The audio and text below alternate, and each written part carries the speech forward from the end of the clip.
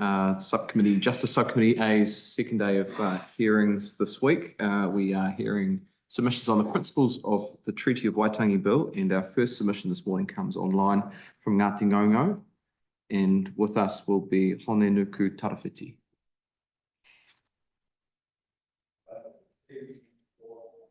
Just a word to members in the room.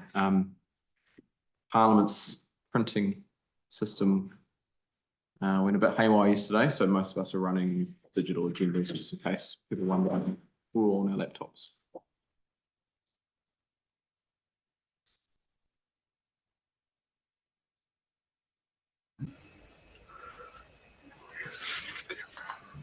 Kia ora, Hone, thank you for joining us this morning. If you've got the ability to turn your camera on, that would be helpful for the committee. Okay, sure, thank you. Thank you. Thank you all for being with us this morning. We really appreciate you taking the time. We've got you for 10 minutes before the committee. So what I'll do is I'll hand over straight to you to begin your presentation. Thank you. Kia ora. Te mihi tuatahi, ka tira ake kia koutou kia tātou. Tuatahi ake kororea ki te atu a Rungarawa. Tuarua ki nama te huhua nei o te wā. Haere rā koutou, moi mai, moi mai. Moi mai ki a mātou e mahu e tia mai te hei Māori ora. He honore ki te ariki nui, a kuini nā wai hono i te pō, tai no i te whare tapu o pōtatau. Rire rire hau, pai mārire. Koutou te mana whenua ki pōneke te ati awa Ngāti Toa, Ngāti Raukawa, koutou i roto i te whare parimata karanga mai.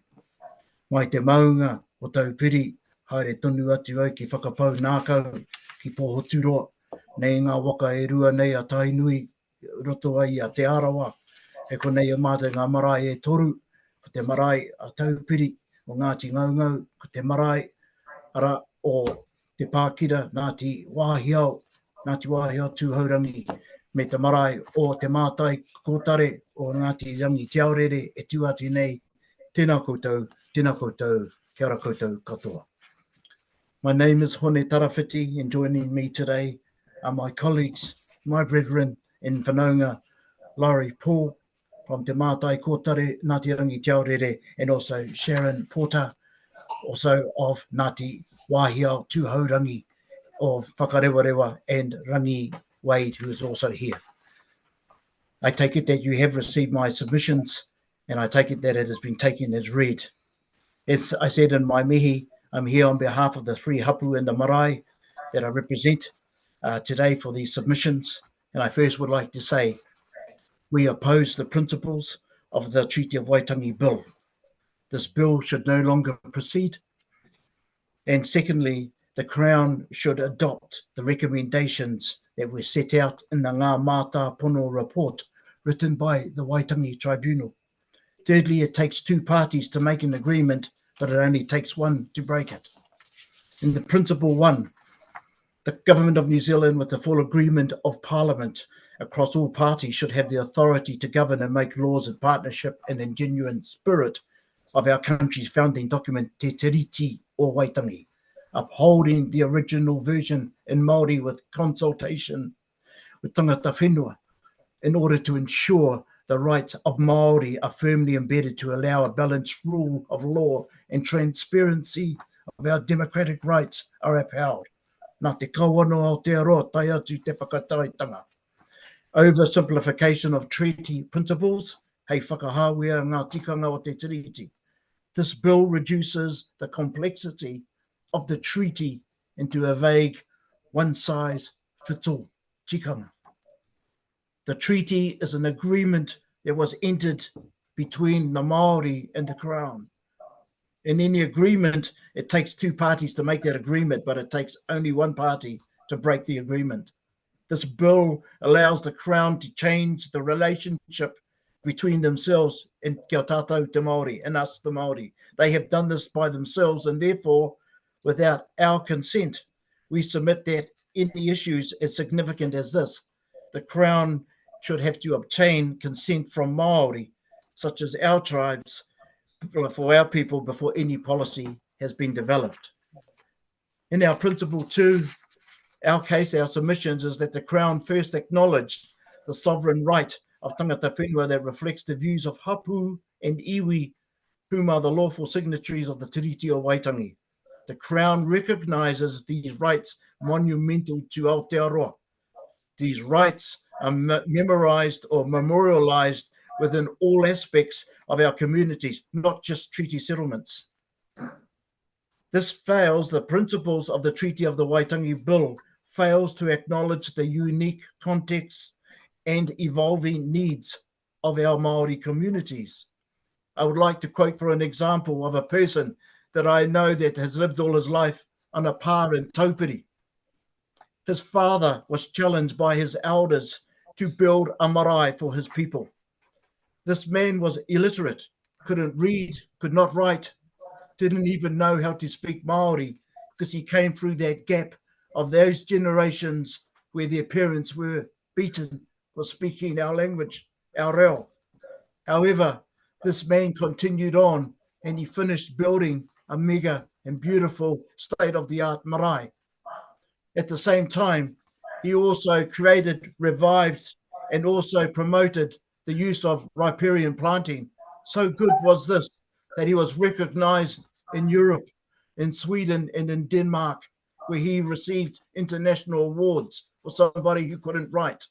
My point here is that this bill will make people like this gentleman more vulnerable. It's not just his inability and his deficiency, it's the potential within our people. And the only way we can harbour that is to make consultation. Just like Ngāti Wāhio here in Te Arawa, we celebrate the return of our lands of arbitration reserve, but we had to fight for that. Just like Rangi Te Aorere, that returned, they got their lands returned of the church, the Te Ngai Mission Farm. So these are just some examples. The Crown is attempting to redefine the principles of the treaty by themselves. The relationship between the Crown and Māori has always been defined with communication. Kōrero, tētahi ki tētahi, between parties going both ways. By not consulting with Hapu and attempting to draft this bill without Māori input, the Crown has breached its duties as a treaty partner kia tātou te Māori, to Māori. We submit the Crown must consult Māori on legislation. On principle 3, the high parts I'd like to highlight is that the Treaty of Waitangi is the governing law that protects the rights of Māori and Pākehā defined by our laws. Equality does not suggest for other cultures or other nationalities to determine the law. There must be a law that is segregated, that does not erode our sacred, cultural, traditional, and spiritual values of our marae and our iwi, of the treaty signatories before the wider public of New Zealand. The gap of post-treaty breaches to cultural practices and traditions affected our people beyond recognition. Our marae is proud. Our maraes are proud. Here, Te Pākira, our marae of Te Mātai Kōtare and Taupiri are proud that the relationships forged between our treaty partnerships, taking that away would take away our voice. The Crown's involvement interpreting the treaty principles, the impact on our maraes. The impact on our marae life is deeply rooted into tikanga, which varies across different Māori communities. The imposition of the Crown-led principles could challenge the ability of marae to conduct ceremonies, governance, community events in accordance to our specific cultural customs, our kawa. This would dilute the authenticity of marae practices, as they may be forced to align with the state's interpretation of Māori culture. No credibility because of no understanding of te reo.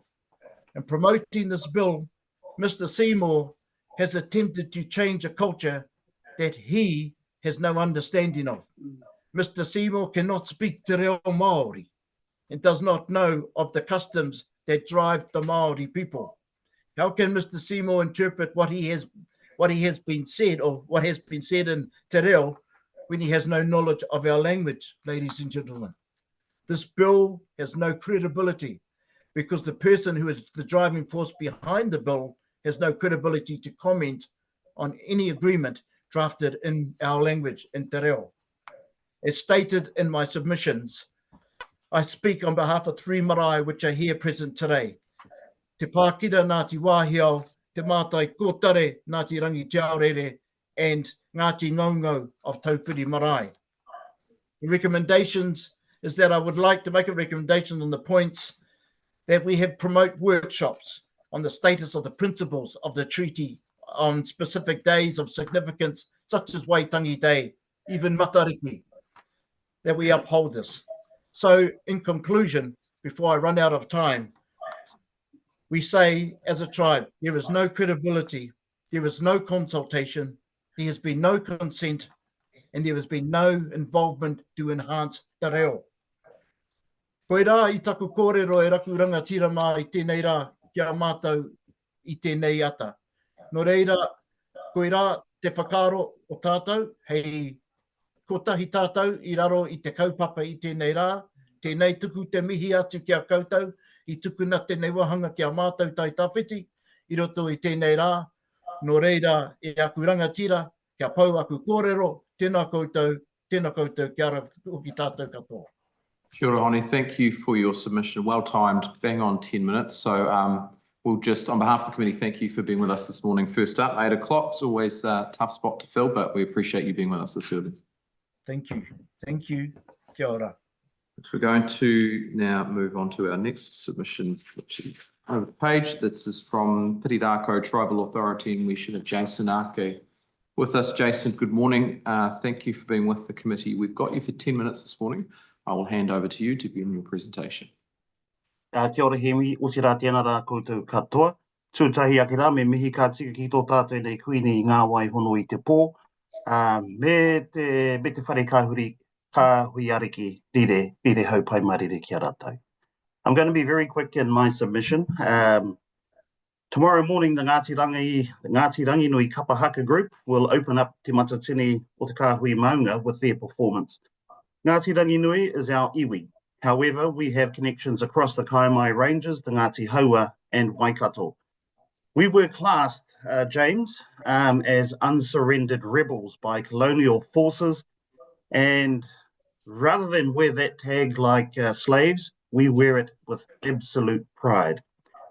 Conducting ourselves in many theatres of war across Waikato, across the Bay of Plenty, and even wider.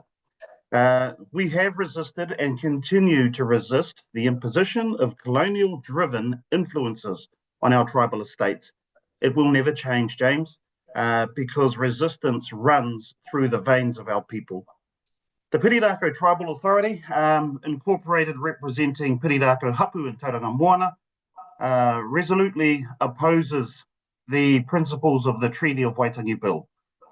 This bill threatens the foundational legal frameworks established by He Whakaputunga, which recognised iwi Māori sovereignty in 1835 and was further affirmed by Te Wherowhero, the first Māori king in 1839. Te Treaty o Waitangi in 1840 guaranteed iwi Māori rangatiratanga. Now, our written submission highlights the bill's breaches and various acts and conventions. It seeks to dismantle developments, in our view, since 1840, despite historical injustices faced by iwi Māori and subsequent hollow Crown apologies.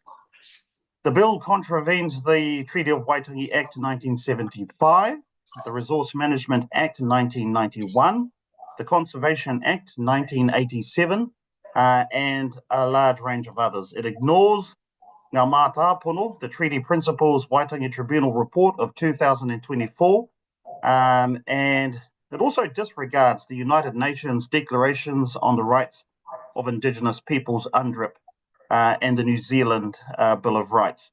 So that's it at a macro level. From a micro perspective, and if we were to contemporise some of those issues back in Tauranga Moana, as in a contemporary example, our New Zealand NZTA experience has been fraught with incompetence, absolute incompetence. We want to be helpful in the highway upgrade, which runs straight through the middle of our tribal areas. However, our experience working with yet another government organisation is less than one would expect of a mana-enhancing relationship. James and committee, transactional relationships don't work. I'll say that again. Transactional relationships don't work. They never have. Our comprehensive treaty settlement has been waiting in purgatory for a decade, and that's simply unacceptable. The bill talks about preserving treaty settlement rights, but it's embarking on a subterranean trajectory from our perspective with little or no detail around how that will be managed. The government's agenda is looking to expel treaty references from 28 pieces of legislation. Now have a think about that. That's exactly what I talked about earlier. It's going to happen by hook or by crook, it appears from our perspective. We oppose and submitted to Parliament. This is the fourth appearance that I've made in front of a select committee in 3 weeks. So we opposed and submitted on the parliamentary bill and the agreements breaching Te Tiriti o Waitangi, which are destructive to the environmental impacts on our people, fast-track approvals, resource management decisions, along with regulatory standards, all seeking individual minister decisions, which cannot be legally enacted without iwi, without iwi or Māori intervention. The repeal of Section 7AA of the Oranga Tamariki Act, 1989, intended to recognise Te Tiriti principles. It's followed by a further amendment bill seeking third-party physical force against vulnerable tamariki and rangatahi Māori in state care. Once again, unacceptable.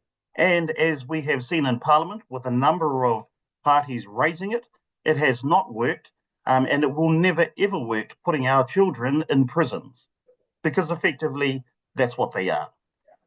It's clear to us that this government prioritises wealth at the cost of its people. Only iwi and Māori can heal and protect our people from decades of harm. Parliament, in our view, is taking a wide and destructive pathway to further entrenching inequity in justice, education, health, income and housing disparities faced by iwi Māori. This bill will do nothing. Absolutely nothing to change that. In fact, in our view and our position is that it will make things absolutely worse. Let's be clear, Tiriti of Waitangi never ceded sovereignty, we did not. And our commitment to rangatiratanga remains steadfast. Pirirako remains unsurrendered to the Crown. I'll say that once again, Pirirako remains unsurrendered to the Crown, and certainly it's a tag that we wear with absolute pride. Asserting equality, equity and partnerships, we maintain rangatiratanga over our tribal area.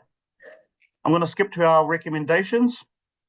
We're very clear that we want to engage in a genuine partnership, iwi, Māori and Crown, by following the Waitangi Tribunal's recommendations, ensuring membership does not undermine these efforts, but rather strengthens Tiriti principles in existing laws and respecting judicial precedents. We, the Pirirako Tribal Authority, urges the Justice Committee to reject the bill and protect iwi Māori rights. We know Prime Minister has said that, and the New Zealand First leader has also committed to that. But the fact that we're here even discussing this issue is, I would say, if we would say rather, is a blight on our historical footprint on the planet. Incorporating Te Tiriti o Waitangi into legislation is a profound commitment to the partnership between iwi, Māori and the Crown. Look, I just want to finish with this from the late, great South African leader, Nelson Mandela. What he said when he was locked up in that prison on Robben Island was he would quite often quote an African whakatauki, tongikura, and that goes like this. And it's to do with until lions have their own historians, tales of the hunt will forever be glorified by the hunter. We need to make sure on which side of history we put ourselves in. And I can tell you, Pirirako are lions on their own tribal estate. Any questions? Kia ora, Jason. Thank you. We've got some time for some questions, maybe one or two. First from Todd Stevenson, then Huhana Linden. Thank you. Thank you for your presentation. You mentioned a number of, obviously, what we're talking about here is we've got the principles of the treaty, and you mentioned a number of pieces of legislation which reference that, and that would be disrupted. What's your view, though? Because in essence, whether you agree with it or not, what this bill actually is doing is codifying the articles of the treaty. Do you have a view on whether we should be trying to do that in some form? Well, codifying the articles of the treaty, why it's not broken. So we need to make sure that when, for example, treaty settlements that come off the back of this, if it was to be enacted, would create, quite frankly, an unfair advantage to those who have settled before. And that absolutely cannot be allowed to happen, because it'll create another inequity inside the system. Thanks, Okay. Jason. Codification cannot occur in the absence of discussions with two people, the two signatories. Kia ora, Jason. Thank you. Look, that's probably about time we've got for questions today. We are running out. So I just want to acknowledge your submission this morning and thank you for joining us once again. Ka mihi. We'll now move to a submission from Te Taumata o Ngāti Whakauei or Ake Trust. And I don't know the name of the person joining us, but that should be online. While we're waiting for them to join, I'll just seek leave of the committee for Hana Rāwhiti, Maipi Clark and other Te Pāti Māori MPs to participate. They don't have a permanent member on the subcommittee, so any objection to that? There's not. Thank you. We have them with us? Just joining now. Well, Tanakwe, thank you for joining us this morning. Apologies, I don't have your name before me, but I will just welcome you to the committee. We've got you for 10 minutes today, and I'll hand over to you to begin your presentation. Tēnā koe. Tēnā koutou, tēnā koe e te rangatira. He me, ko mokunui ari kingi tōku ingoa, ko au te tia mana o te taumata o Ngāti Whakauei Iho Ake Trust. He tuku atu taku tāpaitanga e mautohetia i te pire o ngā mātā pono o te tiriti o Waitangi mō te taumata o Ngāti Whakauei Iho Ake Trust. O tira mō te iwi o Ngāti Whakauei. So this submission is made on behalf of of Te Taumata o Ngāti Whakauei Iho Ake Trust and in opposition to the proposed Treaty Principles Bill currently before Parliament. In 2005, Te Taumata o Ngāti Whakauei Iho Ake Charitable Trust was established in answer to aspirations from our people for the advancement of our mātauranga and the revitalisation of Ngāti Whakauei reo mō ona tika. The trust is driven by its tino rangatiratanga and guided by ngā kōrero tuku iho from our kaumātua and kuia who have since passed. The philosophy of by the people, for the people has guided the advancement of our educational growth and cultural capacity of Ngāti Whakauei. The trust is an exemplar of by the people, for the people, and adopting a holistic approach to delivering its services and programs to the iwi. So, and a bit of just a historical narrative here. In 1840, Te Arawa declined to sign the Tiriti o Waitangi, opting to retain their own mana motu hake over their lands in Taonga. In 1858, Te Arawa also declined to the offer to become the first Māori king. Te Arawa did not see the relevance of living under two sovereigns. Te Arawa retained its own mana motu hake instead, preferring to form its relationship with the Crown. In 1881, Ngāti Whakauei entered into a formal relationship with the Crown to establish a township.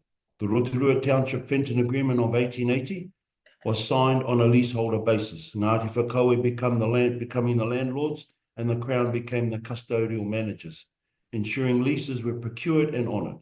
In time, the leases failed due to external influences and a total lack of Crown enforcement for failed payments by the leases. The result of the Crown actions forced Ngāti Whakauei into poverty and destitution. Without its economic base to sustain itself and under political and economic pressure, Ngāti Whakauei were forced to sell to the Crown, becoming almost landless. Following the Rotorua Township Agreement, the Geothermal Springs and Districts Act of 1882 was introduced as part of a wide sweeping legislation to proclaim, without consultation, ownership of all government resources, ownership of all geothermal resources covering some 660,000 acres. Ngāti Whakaue lost the mana over its land and its mana over the ngāwhā and geothermal resources in its rohe. So considerable arguments have ensued regarding the interpretation of Article 2, mainly from mainstream society, particularly non-Māori politicians. There is nothing ambiguous about Article 2. It clearly states, ko te kuini o Ingarangi, whakarite ka whakaai ki ngā rangatira ki ngā hapu ki ngā tangata katoa o New Tūreni, te tino rangatiratanga o rātou whenua, o rātou kāinga, o rātou taonga katoa. The Queen of England agrees to protect the chiefs, the tribes, sub-tribes, and all the hapu, all the people of New Zealand in the unqualified exercise of the chieftainship over their lands and villages and treasures. So I now turn to international law and the law of contra proferentum, which is a legal doctrine in contract law that states explicitly where ambiguities appear in a contract or are interpreted in several ways, then the interpretation must be interpreted in the way that disfavors the party that drafted the contract and its clauses. The rule of contra proferentum places fault on the party who drafts the contract and or agreement, a safeguard against the possible misuse of contract language by one party over another. The government's refusal to accept this international rule of law amounts to a form of constitutional negligence. So in 1987, in the infamous Lands case, the New Zealand Māori Council, under Cook P, President Cook, defined the treaty principles amidst Crown interferences with the treaty. As such, kāwanatanga and tino rangatira, partnership and the obligations to act in good faith, redress for past injustices, equality, and active protection. Those were laid down in law in 1987. So, to fulfill our obligations, Ngāti Whakaue, our cultural, education, and social obligations, Te Taumata o Ngāti Whakaue supports the strategy of constitutional transformation, as expressed in the report Matike Mai. Constitutional transformation based on a conciliatory and consensual democracy model. The 6 models highlighted in Matike Mai are based on tikanga and the independence of each hapu and iwi, as expressed in the Article 2 of the Te Tiriti. So in 1861, a further example of failed government diplomacy, the Kohimarama Covenant, was in fact an attempt by the Crown to garner support against the growing influence and support amongst Māori for the Kingitanga movement. A united Māoridom posed a serious threat to the government's plans to assume total control of the country. Therefore, Te Taumata o Ngāti Whakaue stands alongside other submitters against the Treaty Principles Bill. Our concerns are outlined as follows. The immediate and unqualified abandonment of the Treaty of Principles Bill because it contravenes total local and international laws on Māori and Indigenous rights. The bill is fundamentally racist and in the distorted reasoning of its interpretation, in particular Article 2 of Te Tiriti. The government should refer the concerns of Māori to the Governor-General as representative of the other treaty partner, the Crown. The recommendations from the Waitangi Tribunal, August 2024, should be adopted in full and referred to representatives of both these signatories at the time. Aotearoa New Zealand to establish a working party for constitutional change based on the recommendations outlined in the Matike Mai report. Any constitutional change should honour previous national and international agreements, United Nations Declaration of Rights for Indigenous People, Te Tiriti o Waitangi, e whakapūtanga o te rangatira o New Tireni. And to collaborate with other Indigenous nations to form a collective of like-minded people in which Indigenous rights are foremost. So, e whakarapopoto taku kōrero. So, Te taumata o Ngāti Whakaue is firmly focused on the future of the organisation and the people it serves. And at this time, our thoughts go out to the kapahaka groups that are formed at that are gathered at Matatini to e whakanuia ki a tātou ahurea, ki putono ki te motu. So on Thursday, the kapahaka o Ngāti Whakaue open the day, and this is our pride and joy of Ngāti Whakaue to the motu, putono ki te ao. So I'd just like to reiterate on the words of going back many, many, many centuries to the wise words of Solomon. Kau e whakaneke he atu te rohe tawhito, e whakatakotorea e o mātua ai. E whakatauki 22-28. Do not move an ancient boundary stone set up by your ancestors. And that was set up, and that's in a biblical term by Solomon. In other words, do not change what your ancestors or predecessors have put in place. Koina taku kōrero, mea te ki au koutou, ki te whakarongo ki taku tāpaitanga ki au koutou katoa. Tēnei te mea te ki au koutou, he pātai mai, hei au koutou. Tēnā koe, Kingi, probably time for one very quick question from Huhana Linden.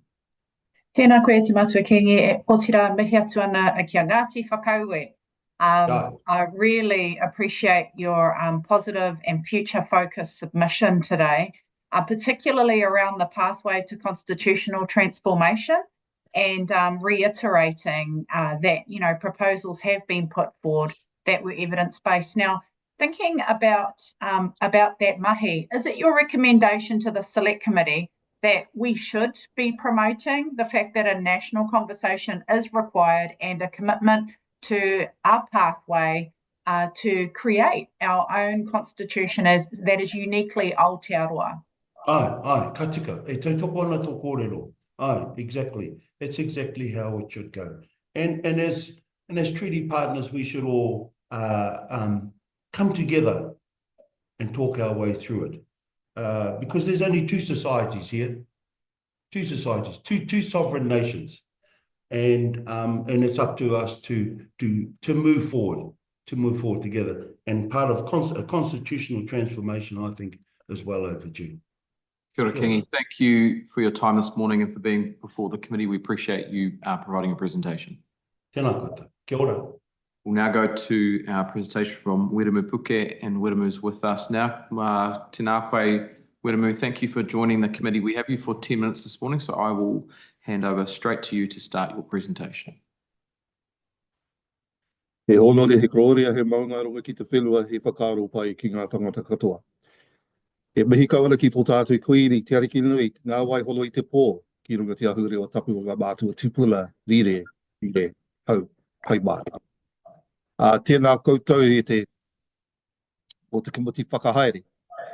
With the treaty principles built, kia koe, Jamie, and thank you for your time for allowing me to present my submission. I was actually quite surprised that I would actually be railroaded into before the committee to speak to what my submission is about.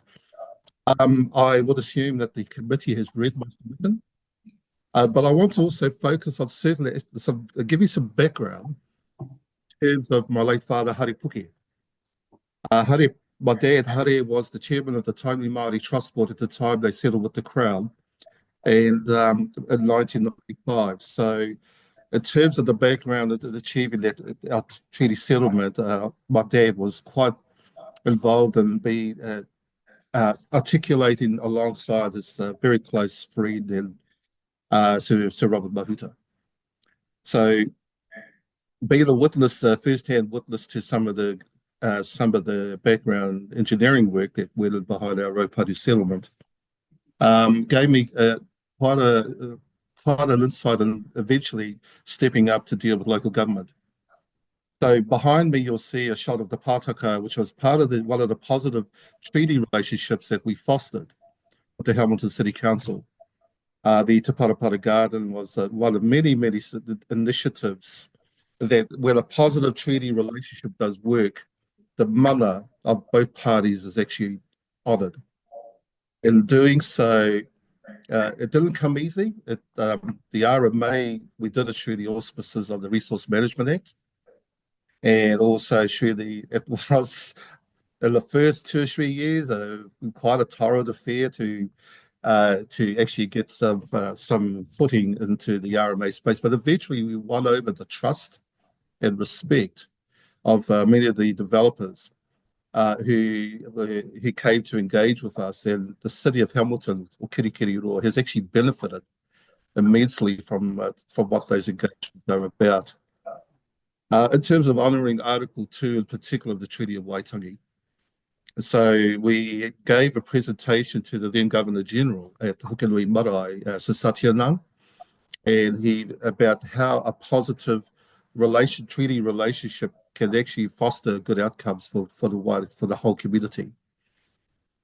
So in terms of breaking down into the mechanics of what does a treaty relationship look like, it all depends on the kind of people you have in the room and the credibility of, in many aspects. We're fortunate to have the likes of Professor Jay Ritchie and the backing of Waikato University, and some of the mentors that we had and advisors really brought credibility to the wider community, that we had that caliber of academic tangata tiriti relationships. We also undertook within the trust at the time, which was the Ngā Mana Tōpū or Kirikiriroa Trust, the ability for our kaumātua to look at the history of the whenua and to document that.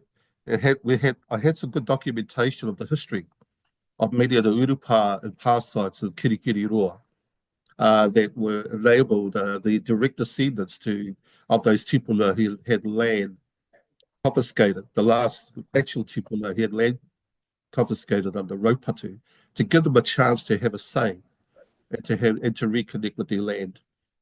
And also we turned around many of these applications in a business-like fashion and within a time frame that gave comfort to applicants applying for resource consent. So we didn't hold up the process. So those particular things could actually work pretty well. I've been out of the game, the RMA game, for a little while now, focusing with my work with the University of Waikato with Professor Bruce Clarkson on ecological restoration. But what I want to say to the committee, in terms of my submission, even though many others have already commented on the Treaty Principles Bill, I am opposed to the Treaty Principles Bill. I've highlighted what those points are, but I wanted to balance out my submission in terms of what are the examples of good relationships needs to be highlighted as well. And then I don't feel we really need a Treaty Principles Bill to highlight what a good relationship could be. I think it's a matter of just being able to have a vision in place that says, well, we can all buy into this. And in terms of, for me being a member of Ngāti Wairere, we're very much about restoring our whenua, bringing back more kaikatea forest in the city setting, tupuna place names for new reserves and parks, and being able to give employment opportunities for our rangatahi as well. So that's me. I'm now going to open up the questions to the committee, and pātaima. Kia ora. Well, Tinako Wiremu, thank you. We've got a couple of questions. The first one from Hana Rāwhiti, Maiki Clark, and then Todd Stevenson. Thank you, Mr. Chair. Tēnā rā koe I te matua ka nui taku hari koe tiki tingātu I a koe I te ata mei. I guess I quickly just wanted to refer back to the points that you've made around Papa Hare Puke and all his mahi, and Waikato Tainu being the first iwi to settle 30 years ago to this year, and the many different relationships that we've created across all entities, partners, whether it be in a Māori space or a tangata tiriti space, whatever have you, to recent and through councils as well. And recently, even with name changes of street names like Putikitiki. So how will that be? How do you think that would change if this bill was to go through, or how do you think those relationships would affect our relationships here in Waikato Tainui? I think it will have a negative effect because you'll have people just sliding in without, I mean, I think going for this, the majority rules has often been a detriment to us.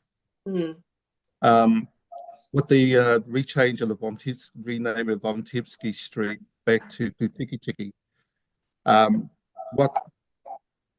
that was a great example of the property owners agreeing to this. And I'd like to acknowledge Ian McMichael, the pharmacist who had his property on Vontevsky Street, and the efforts of your grandfather, Timmy, to articulate those matters through. So I think the bill itself, the proposed treaty bill, just basically, I think the positive thing that's come out of recent is that people are now talking about the treaty more and more.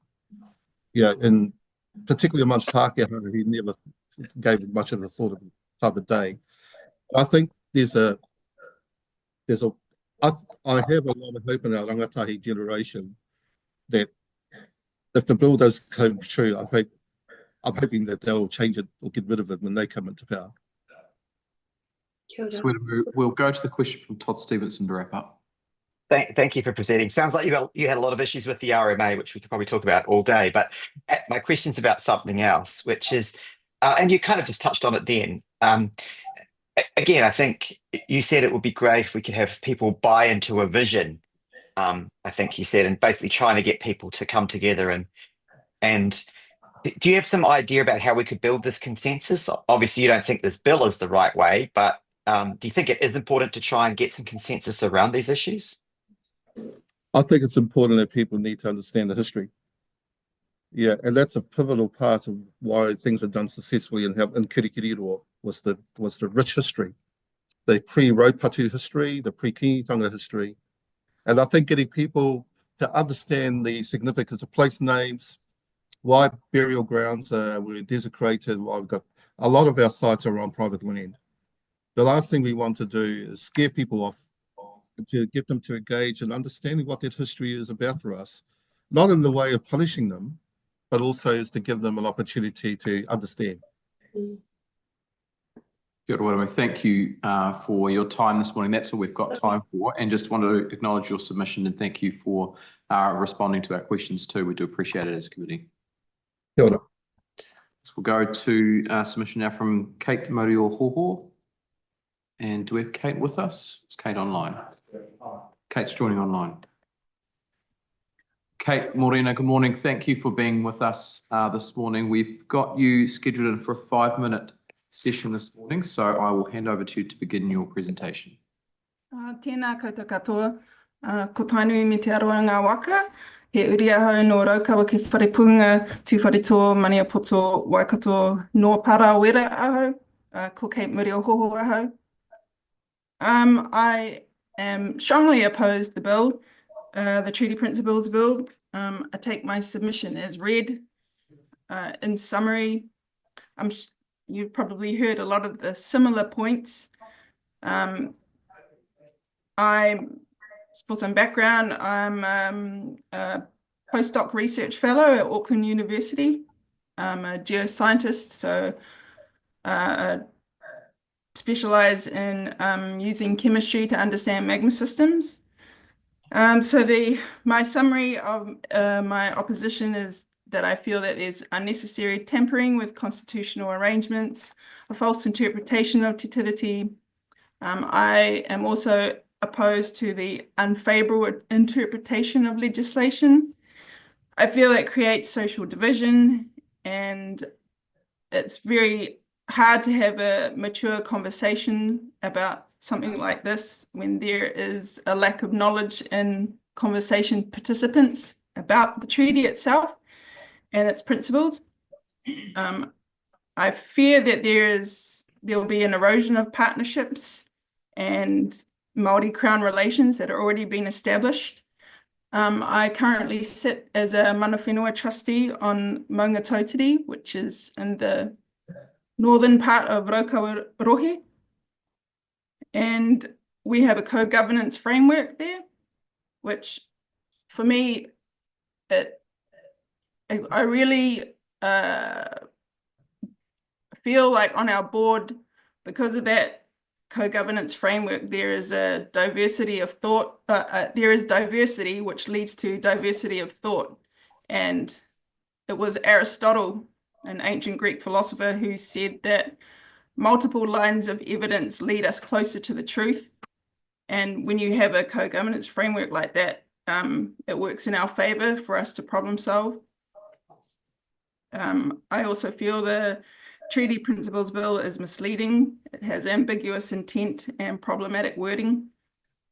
The principles in this form in that bill, they continue to privilege the majority and not the minority for whom it is supposed to advocate for. I also feel, I believe Te Tiriti guarantees the autonomy of Māori to live in a Māori way, whilst allowing other people to settle as long as they are aware of those conditions. And I would like the government to follow UNDRIP and to use the Indigenous language version first and be an example to other former colonies globally. The only time I think equality has occurred in Aotearoa is pre-European contact, because the societal structure then was based on a Te Ao Māori framework for Māori by Māori. And I guess I would like to finish. I'm representing my whānau here in this submission on behalf of Joseph Maureohoho and Josephine Maureohoho, Gillian Maureohoho, and Te Umu Makirini, Te Umu Whakatane Makirini Maureohoho. And there's an example in my whakapapa where my great-grandparents and the hapu of Parawera Marae, they hosted Queen Elizabeth and her husband for an Ōrākau memorial. And then they were invited to have dinner with Queen Elizabeth and her husband, and they were turned away from the restaurant because they were Māori. And I thought about this a lot, and it's upsetting because right there you had a person with the power to change things right then, Queen Elizabeth, and she didn't. And I feel like this is an exact repeat. The government has the power to change things, and they're not. They're sitting on it. So I appreciate and I hope that they do change things with these submissions and hearing everybody's dialogue. Thanks for everybody's time here on this committee, and yeah, thanks for listening to my submission. Kia ora. Kia ora, Kate. Thank you for your submission. I know 5 minutes goes really quickly, and that's the end of the time, but we just want to acknowledge you for being with us and to thank you once again for taking the time to present. Kia ora. We are now going to move to a submission from Max Harris. If Max can join us, we don't quite have EFKS yet. So Max, if you're happy to come to the table and jump up the batting order a little bit, I'll just put 10 minutes on the clock. So thank you for your submission. You're relatively familiar with how select committees work, I think. So I'll hand over to you to begin your presentation. Yeah, thank you, Mr. Chair. Thanks to you and the committee and all of the committee staff for the considerable work you've put into this bill. Ko Max Harris tōku ingoa, he Pākehā ahau, he roia ahau, he tangata tiriti ahau. My name is Max Harris. I'm a Pākehā lawyer, and I'm tangata tiriti, which means Te Tiriti o Waitangi is the basis for my being in this country. You had my submission. I oppose the bill. I won't repeat every word in that submission. I want to make 2 preliminary points. One is that every iteration of this bill has attempted to whittle down and erase a little more tino rangatiratanga. And that was seen even in the revised version between the outcome of cabinet discussions on the 11th of September and the final version introduced into this House.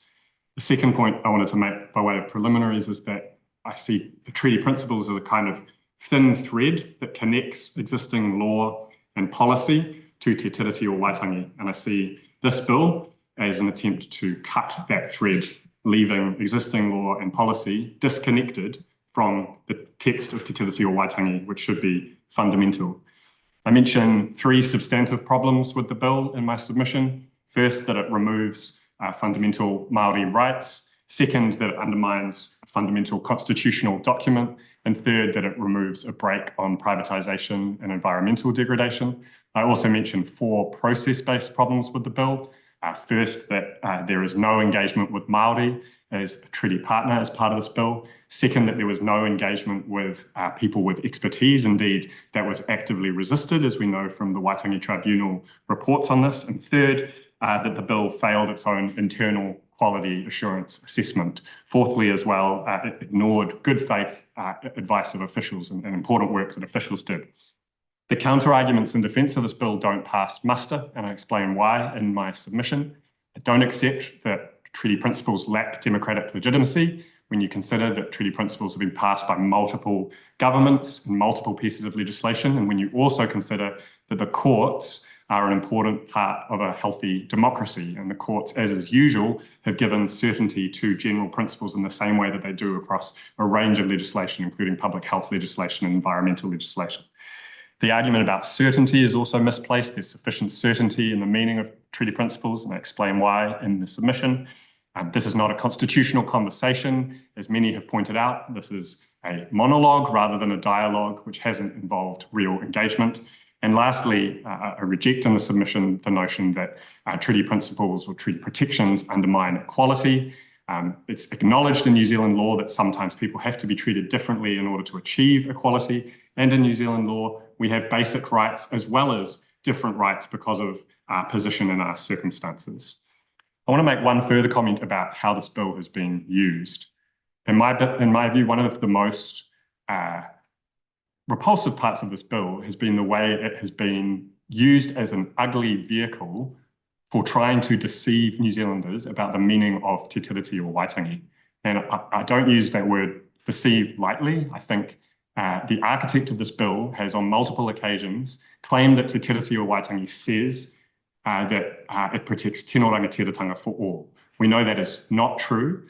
And New Zealanders and people in New Zealand have not been outwitted by that, and they've seen through that. And one of the most encouraging things in recent months has been being at multiple community events and seeing people with an instinct that something is wrong about this bill, being hungry to learn about Te Tiriti and being able to explain what is wrong about it.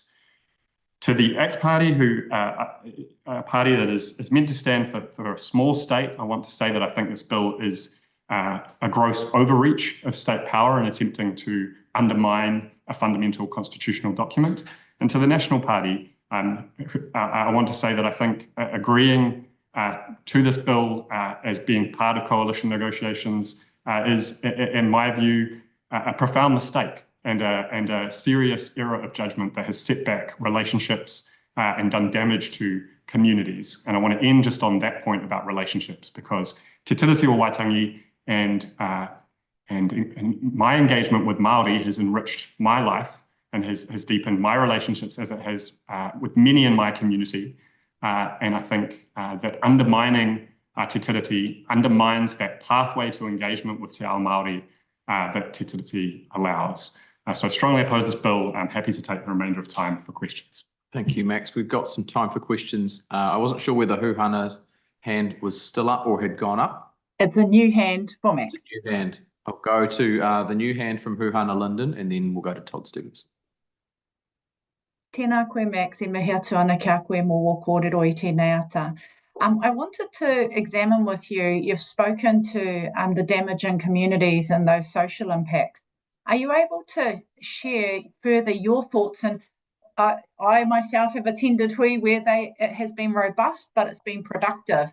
But has this bill and the way that it's been implemented seen a further erosion of those strong relationships that have been built up over time? Thank you for your question. Perhaps I'll say 2 things on this. One, that I think it has been heartening to see a large number of people, growing number of people turn out to events to oppose the bill. But what I would say, secondly, maybe to answer your question, directly is one of the things that I think has really been risked by this bill has been a loss of hope in treaty relationships. And I remember in particular one meeting in South Auckland where someone said, isn't the definition of insanity doing the same thing over and over again? And if the Crown is continually violating Te Tiriti o Waitangi, why should we even uphold that document? And I think that thought that this has undermined the project of upholding Te Tiriti over time, I think is one of the most worrying things. And I think perhaps the architects of the bill intended that, but I think the strongest thing we can do in response is to uphold Te Tiriti. And what I'd urge the committee to do is to write very strongly in its report about how this is deeply unacceptable, because in our partly political constitution, norms are set by what politicians do. And I think politicians can set a red line again today to say this should never happen again. Thank you, Max. We'll go to a question from Todd Stevenson. Thank you, Max. Thanks for your submission. You said in your submission that there are separate rights for Māori. What are those key separate rights as you see them? There is a number of rights across legislation that flow from existing protections of tino rangatiratanga, for example, and you can find that in public health legislation, you can find that in environmental legislation, you can find that in local government legislation, and those are worked out as is quite normal, and as I know from my legal background in a case-by-case basis. And the New Zealand Bill of Rights Act also protects the notion of different rights to achieve equality in section 19.2. Thanks, Todd. Thanks, Max. Are there any further questions for Max?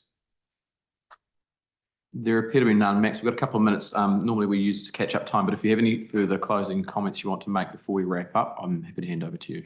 Thanks for that, Mr. Chair. Yeah, maybe I can just elaborate on the point that I've made about what I think the Select Committee can usefully do, and maybe make several other points given the time.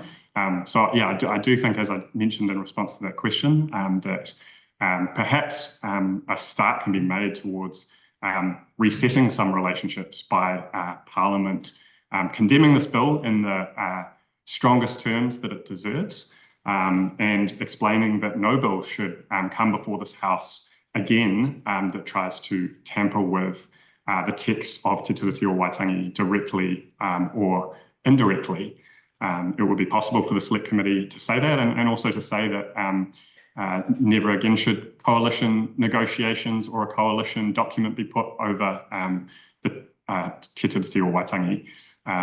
There are other points that I make in the submission, drawing on my Waitangi Tribunal submissions about further problems with the bill.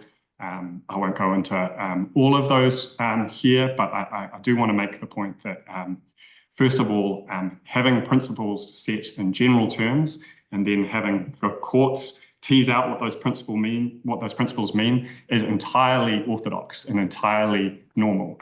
I also want to develop the point that these rights are important for all New Zealanders. There's a clear particular attempt here to erase rights for Māori, but I also think the rights in Te Tiriti o Waitangi have historically been used as a brake on privatisation and environmental degradation. We see that in the cases in the 80s and the 90s and in the 2010s. And so I think it's in all New Zealanders' interests to oppose this bill, and that's why I'm very happy to stand in opposition to it. Thank you, Max. Thanks for wrapping up. That's very helpful. Thank you for your time this morning before the committee. We appreciate your submission. We'll go to our submission now from Brendan Lawrence. Brendan is joining us online. Brendan Lawrence Callahan, sorry.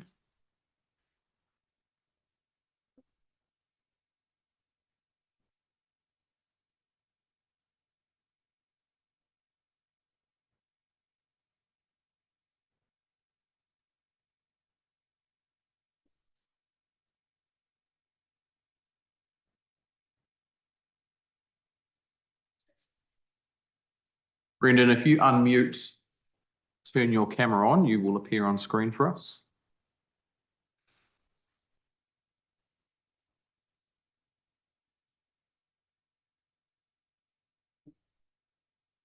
Brendan, if you can hear us, we need you to unmute your Zoom and turn your camera on, and then you'll be able to participate.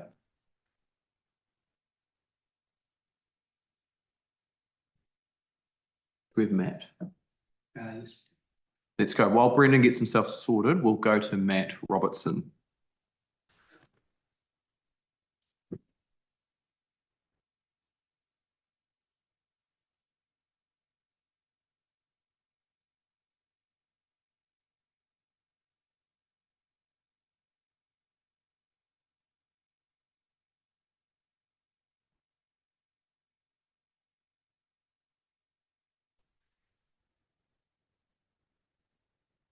Matt, good morning. Thank you for being with the committee and for again jumping up the batting order a little bit. We've got you for a 5-minute session this morning, so I'll hand straight over to you to begin your presentation. Yep. Good morning, everybody. Many thanks for agreeing to hear from my submission. I'm opposed to this bill. I think it's the wrong thing to do at the wrong time. Whilst I have much sympathy with its cause and its aspirations, obviously, I do, believe that everyone should be equal before the law, and I also believe that Parliament is sovereign and Parliament should be deciding these issues.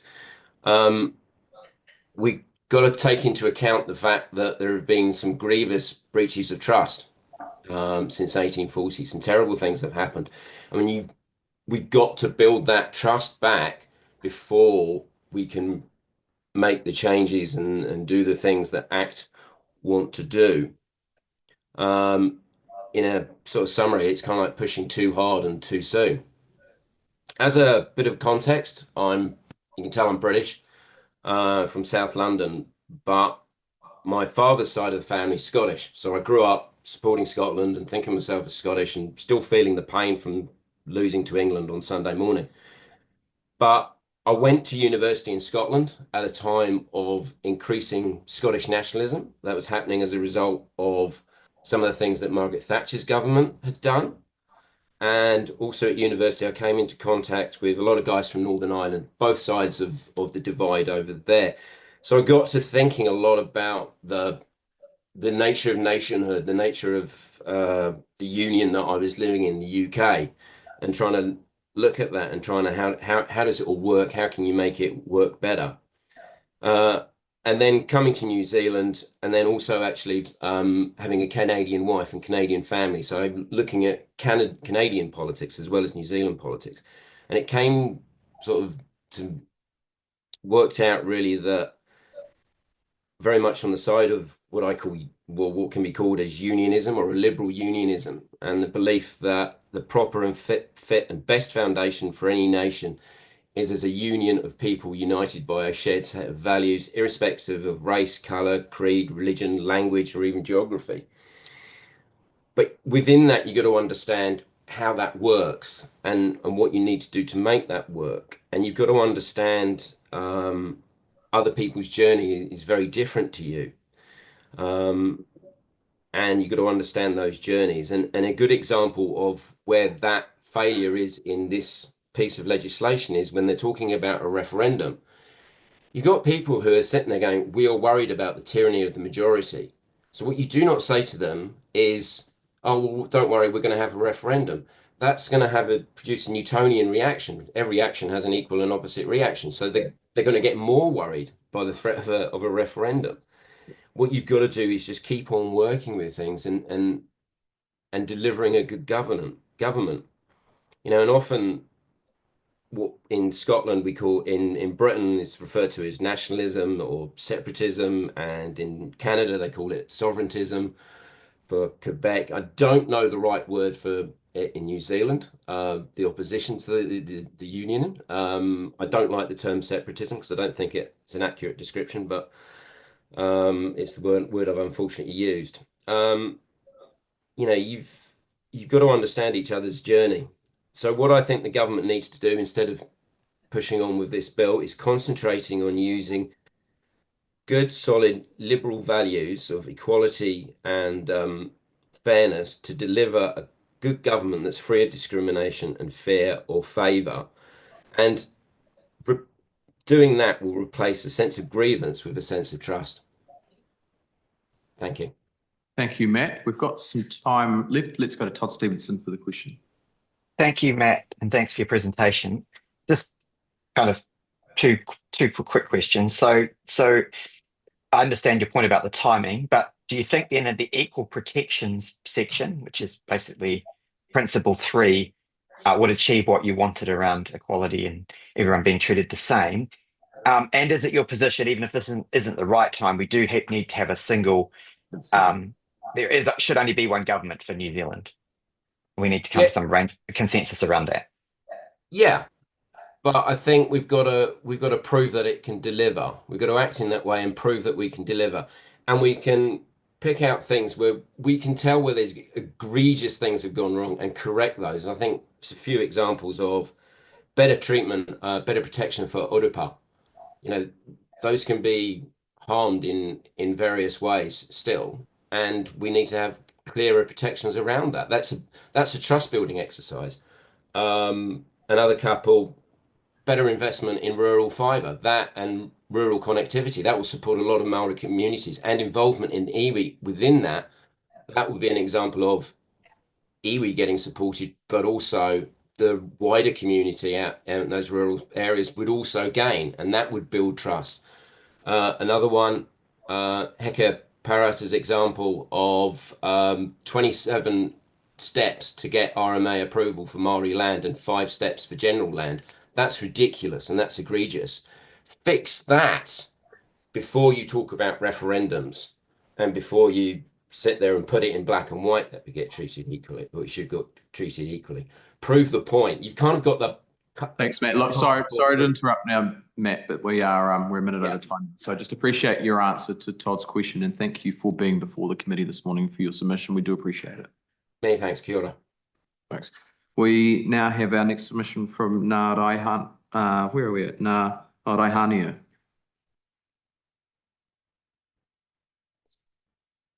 So we're just jumping around the agenda a little bit as people drop in and out.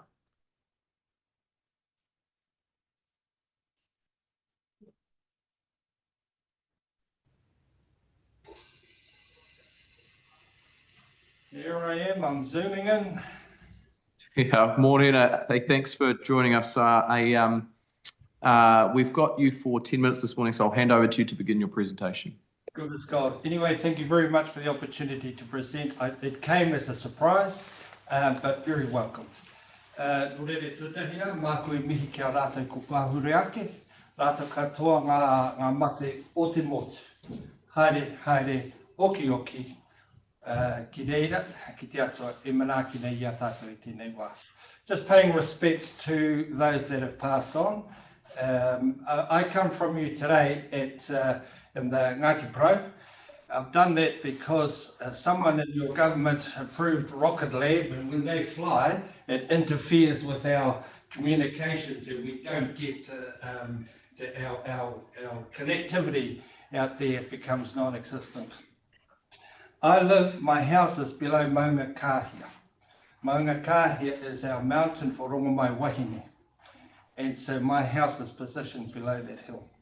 I come to you today as an owner of 3C4A1, which is Nukutorua Whenua, and I do that on behalf of my family. I'm hoping that you've read my submission because I don't intend to repeat it. And I know you have a lot of work in front of you and a lot of submissions. I'm just going to leave that part there. The emphasis of my kōrero basically is this. In Article 1, in my mind, it talks about Māori welcoming non-Māori, Pākehā, Ahaporane, to our shores to live with us. In Article 2, it expresses what our taonga are, and you fellas leave it alone. In Article 3, it talks about those that arrive, you're a bit unruly, so hey, you have a government to look after yourselves. Kei te pai tērā, because we got our side sorted.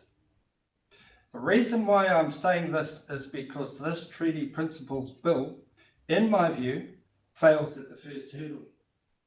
Because it is predicated on the Pākehā version of Te Tiriti o Waitangi, which is completely different from the Māori signed version. And therefore, it's based on an anonymous, it is based on a misfact, and therefore that continues to predicate the bill and its predecessor, as I understand it. Why I'm saying that is because I actually believe that if such a bill was to be presented to government, actually you're talking about the constitutional arrangement that Rongomai Wahine have with the Crown. You cannot therefore, an ordinary MP, and I don't mean to be disrespectful, but that's how it's signed off this bill as an MP, an ordinary MP then interfering with our constitutional arrangements. When in fact, if that is the case, that constitutional kōrero must happen between the Crown and Rongomae Wahine. That's how I view this. So, following on from that, the emphasis I want to place here as a select committee, I would ask you to consider that as part of your feedback to Parliament, that whenever bills arrive, and if they have a constitutional arrangement effect, then that be managed in a different way rather than a select committee process. Because that undermines the relationship, not the partnership, the relationship. Because partnership means one partner can divorce the other. Well, that's not what the Te Tiriti o Waitangi says. It says we're in this together. Now, your together, different people's together, might be separate from my together. Your together might mean Parliament is the sovereign. Might disagree with you on that point, as I've heard previous submitters submit. Partnership is that context. Relationships are enduring, they are long-lasting, and they are for the benefit of both parties. This Treaty Principles Bill is nowhere near that description. So that's the emphasis of my kōrero today, is to express those views. And I can just tell you, I'm just a simple man. 1 + 1 = 2 to me. And that's how I like to keep things, so that we understand without any underlying kōrero. I'm going to leave it there and allow, Mr. Chair, I should go through you, of course, allow you the opportunity to offer questions. Tēnā koe nā, thank you for your opening statement. Thank you for reminding committee members to go through the chair. It's a helpful reminder to everyone. Hey, look, I'm pretty relaxed. Let's go to Todd Stevenson. We've got time for a few questions. Todd Stevenson, then Huhana Linden. Thank you for your presentation, and thanks for the effort of travelling. We appreciate that. You gave your outline of what you thought the 3 articles of the treaty were, and I quite like the simplicity with which we went through them. But do you think there is a benefit in actually trying to codify the articles of the treaty so we actually do have some agreement on what they mean as a country? I think that's a discussion between the Crown and Rangatira Māori. That's not a discussion, I believe, at any lower level, because in my view, that would be interfering with the constitutional arrangements for Aotearoa. Now remember what's happening across the world. They're having problems with their constitutional arrangements because they're being interfered with. So all I'm suggesting to you, this kōrero and the Treaty Principles Bills and everyone's opinion needs to occur at a level where then you have consensus. Currently, this is dabbling, in my opinion. Thanks, Nā. We'll go to Huhana, and then we've got a question from Tracy McLeod. Tēnā koe te matua, e mihi atu ana kia koe I tēnei ata mō wō kōrero. I wanted to explore what the Te Tiriti relationship looks like from your tribal perspective, and how you've been working in this space for a long time around being good treaty partners, but really you've been doing it on the ground for a long time. And how can this committee learn from those long and enduring relationships that have been developed as tangata whenua and tangata tiriti from your perspective? I'll go straight to the point, and it's resource allocation. So when the economics of our country change, it impacts on those outliers. We are outliers. We are isolated. We sit in fear. We don't have any supports out at Rongomae Wahine, none whatsoever. Some of our people live on contractual arrangements through the various social enterprises, such as WINS, such as pensions and those sorts of things. Now, that's not a position anyone wants to be in, let alone tangata whenua. So my response to you would be, What is the relationship the Crown seeks to have with Rongamai Wahine? That's the question. Now we'll go final question from Tracy McClellan. Thank you, Mr. Chair, and thank you for your submission. I was just reflecting on Todd Stevenson's earlier question about codifying the articles, and it struck me that isn't that exactly what the principles that have developed over the last 50 years have sought to do, given the murkiness of some people's prior interpretation of Te Tiriti, and the fact that the Crown's refusal to honour it in any way, shape or form leading up to that time left a vacuum. So why do you think that others now, do you have any thoughts on why people are so very keen and very exercised all of a sudden to want to codify the articles instead of just honouring what has been established via the principles? Very wide-ranging question. The obvious answer would be for benefit of particular individuals. What I would say to you, why wouldn't people want to codify, if that's their preference, Te Tiriti o Waitangi, the Māori version? Try codifying that, not the Pākehā version, because the Pākehā version is different from the Māori version. The translation is totally different. And therefore, it goes back to what I was saying earlier. Any codifying of that is codifying on the basis of incorrect information. That can't be good for anybody. No, thank you. Thank you for your time this morning and for answering the committee's questions. We appreciate you being with us and again for travelling to be able to do so. So I want to acknowledge that. Kia ora, kia kaha koutou, ngā mihi nui kia koutou katoa. Thank you. Right, we'll now go to a submission from the Anglican Diocese of Christchurch, who are joining us online. Joining us is the Right Reverend Dr. Peter Carroll and Reverend, I'm going to get this wrong, Jolyon White.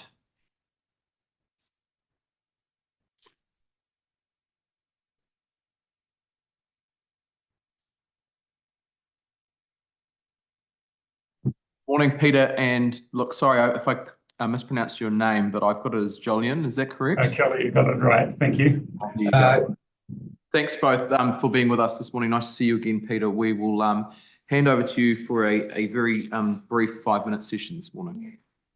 Kia ora, James and the committee. Thank you so much for this opportunity. We'll take it that you have read our submission. The main emphasis we want to bring, a little similar to something said by the previous speaker, is that our primary objection to the principles of the treaty bill is that it has been written by one party to a treaty without agreement from the other party to that treaty to bring this bill before the people of New Zealand.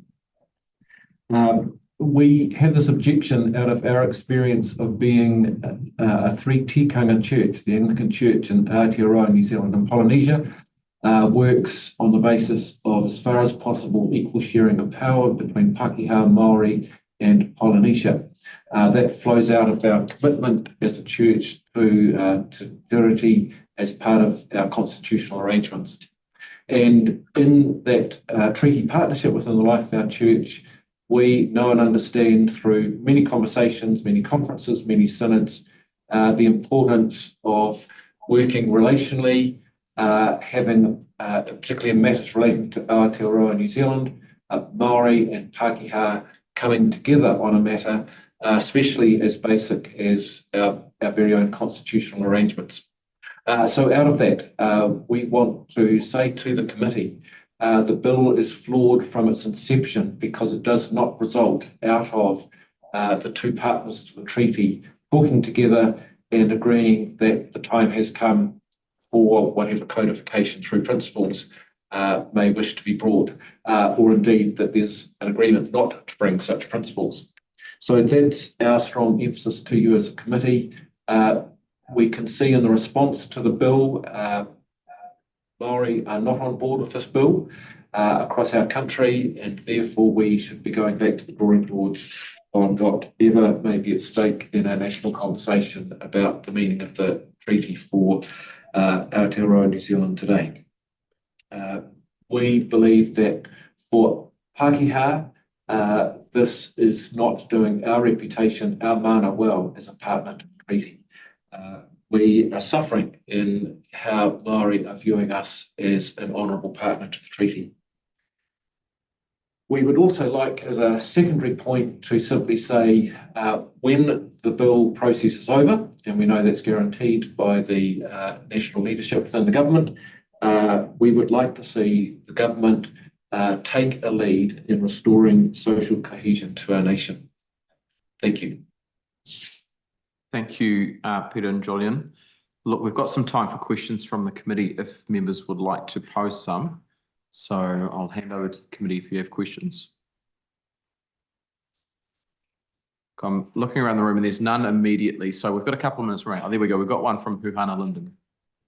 Kia aloha mai.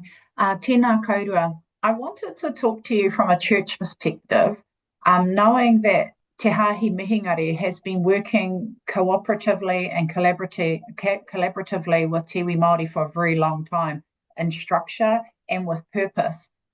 You know, what learnings could New Zealand take from the way that you have developed that Māori relationship and, you know, recommendations you could offer to our select committee?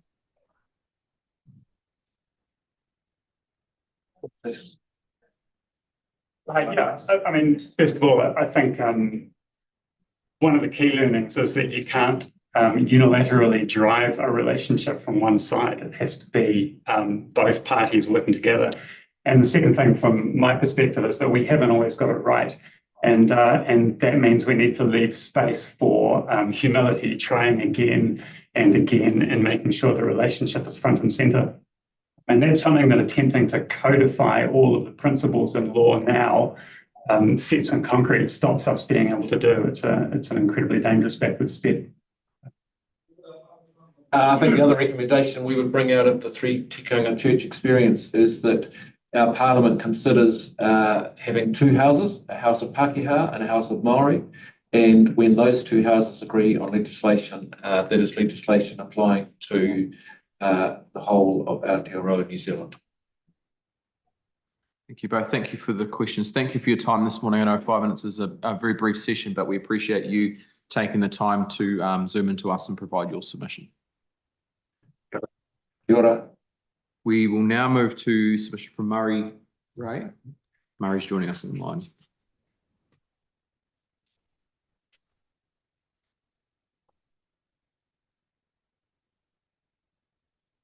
Morena, ngā mihi nunui kia koutou katoa.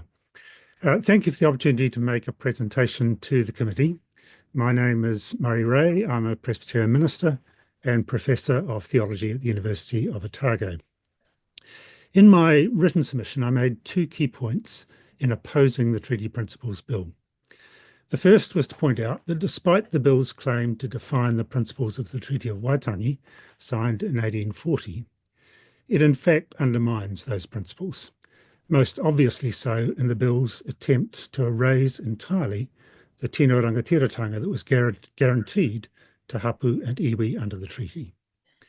The second point I made was to point out, as others have, the impertinence involved in one treaty partner, the Crown, presuming to interpret the terms of the treaty unilaterally without consulting the other party.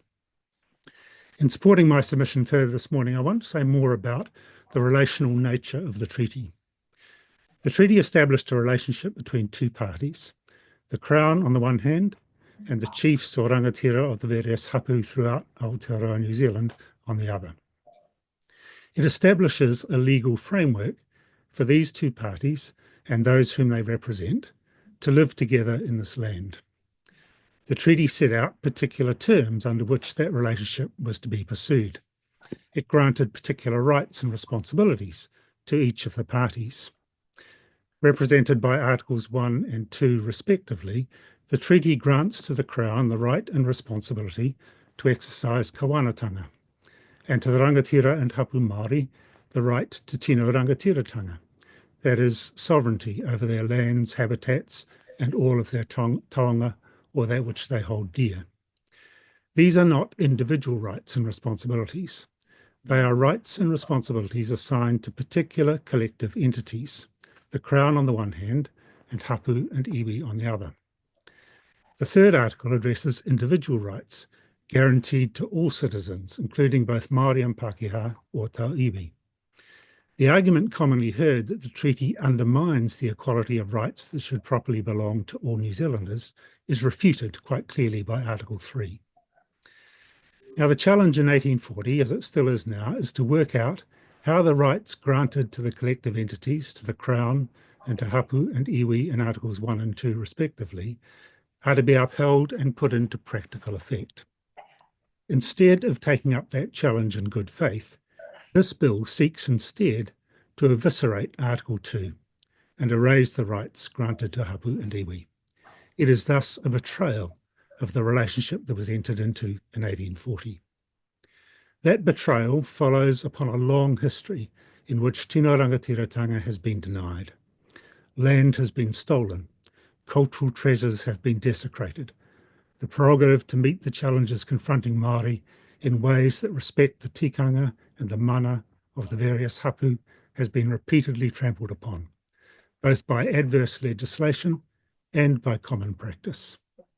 It's remarkable, I think, that in the face of these injustices, both past and present, Māori up and down the land have continued to show extraordinary grace. They've continued to extend manaakitanga, hospitality and welcome to manahiri who have visited marae. They have continued to seek redress for the injustices done through engaging in good faith in the due processes available through the Waitangi Tribunal. That grace and manaakitanga has been severely tested at times by governments of all colours, by other corporate entities and by individuals. But throughout the provocations, throughout the betrayals, Māori have been stewards of their own mana and have exercised it with remarkable grace and forbearance. They have upheld the treaty even when the Crown has not. So it's time that the mana and the rangatiratanga of Māori were respected. This bill, however, takes us in precisely the opposite direction, and I urge Parliament to reject it.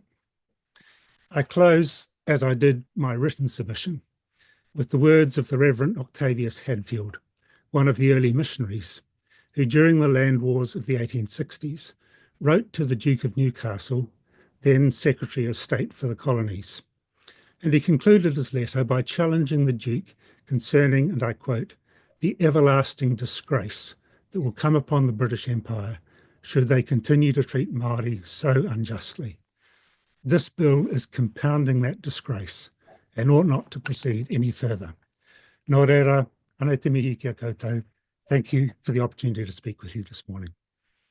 Thank you, Murray. That's the 5 minutes right on the dot there. So just on behalf of the committee, thank you for your time with us this morning. Tēnā koutou. We'll go now to a submission from Arahia Hoani Waka on behalf of Iaro Limited.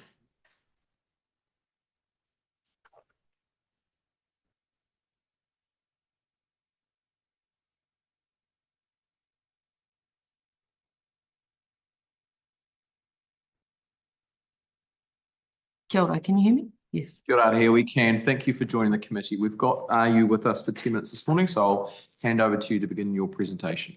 Tēnā tātou katoa, e te tuatahi me mihi ka tika kia koutou, te komiti, nā koutou I hōmai tēnei wā kia mātou o ia rau. Koe riki a Hoani Waka tōku ingoa, he mokupuna tēnei no ngā te awa no te whakatōhea no nai tai, no te whānā panui, kei rotorua e noho ana, e tipu mai au I kōnei, he whāngai au ki te hapu o Ngāti Ngārara Nui, ki te iwi o Ngāti Whakauwe, tēnā rawa atu kia koutou katoa.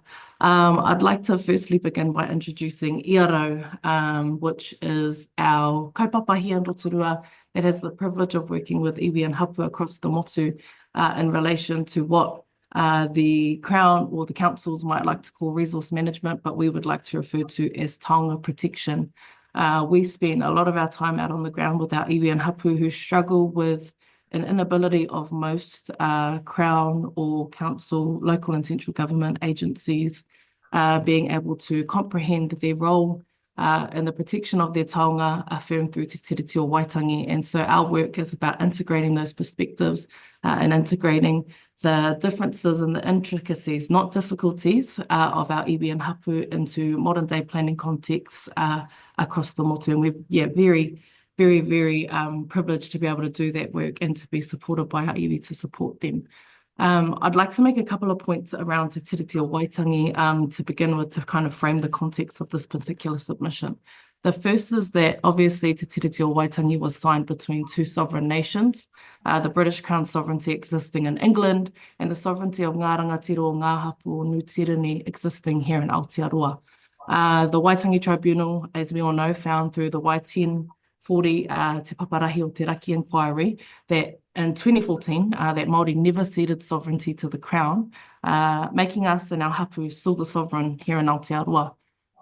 There are 3 articles to Te Tiriti o Waitangi, and in the simplest form, we've got first up kāwanatanga, where Māori delegate the Crown governance, which was our right to do so as affirmed by signing He Whakaputanga, and clarity on that is that the governance was over non-Māori here in Aotearoa. Article 2, tino rangatiratanga, Māori retain absolute authority over their lands, resources, taonga. And then number 3, and I think this is where David Seymour has this particularly wrong in relation to this bill, is that the Crown must actively protect Māori rights while treating us as equal to non-Māori. And so his basis for equality washes out the fact that equality comes with a responsibility of the Crown to actively protect Māori rights. That simple breakdown confirms that this is not an issue of race. This is an issue of Māori and non-Māori having different rights, but those different rights creating a nation that we can all exist under and work together with. And it also debunks David Seymour's dangerous misinformation campaign, making this a race issue and allowing those that are less informed or incapable of understanding that their right to be here as non-Māori in Aotearoa is impinged on their rights being different to those of Māori. It kind of frames that in a way that sucks them in and thinks that this is a race issue, but it's really not. And by making this a race issue, it's almost a form of ethnic cleansing by attempting to make us all one race, when in reality we're a people with 2 different sets of rights. The bill is an intentional attempt at secondary colonisation of an already oppressed people, and it's actually dressed up as equality. It distorts Te Tiriti and attempts to erase Māori rights while preying on the ill-informed public.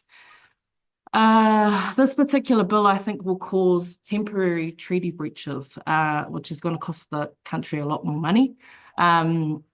The bill's recklessness is particularly visible in its lack of depth. And what I would say is, if I was an unethical person without morals, I probably could have written the bill on a plane ride in a notebook from Rotorua to Wellington.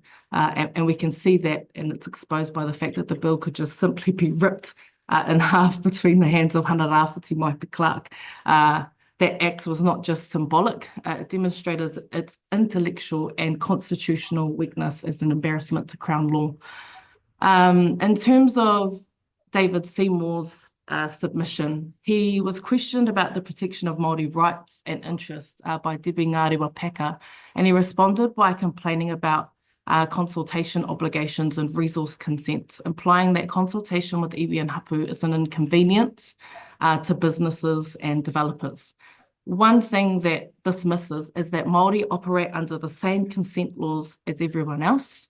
It also fails to recognise that iwi and hapu are the rightful holders of tino rangatiratanga over their lands, fisheries and taonga, and that if consultation was to be removed by what he calls 2 parties, the party that would actually rightfully need to be removed under Te Tiriti o Waitangi would be any non-Māori entities party to consultation, because they're interfering with the management of Māori land and taonga. And we can confirm that our people never wished to not have tino rangatiratanga over their lands, fisheries and taonga. So therefore it would be the other party, not Māori, that would lose their opportunity to participate in that particular consultation. Of course, that doesn't fit the dangerously tunnel-visioned agenda, and we as Māori wouldn't want other parties to be cut out of an opportunity to be consulted on potential consents. One of the things that I would like to specifically talk about today is the role of tangata tiriti here in Aotearoa. Here at Iaro, we have the privilege of working alongside many tangata tiriti, and in amongst the chaos and mess that has been caused under this government, I just wanted to acknowledge those that understand that Te Tiriti is not an exclusionary document and that it creates space for two different sets of rights to exist. And recognition of that reality together as a nation. And a mihi to all of those who have stood alongside and amongst the Toitu Te Tiriti activations around the country and also submitted submissions into this particular process in opposition of this bill. The government, or this government and this bill, says it wants one law for all. But Te Tiriti was never about equality. And so the equality flag again becomes a really big issue. It was about partnership. Māori rights obviously existed here in Aotearoa before 1840. Te Tiriti affirms them. Non-Māori rights were granted through Te Tiriti. So that distinction is really critical, and it's one that's missed in almost all discussions around this particular bill.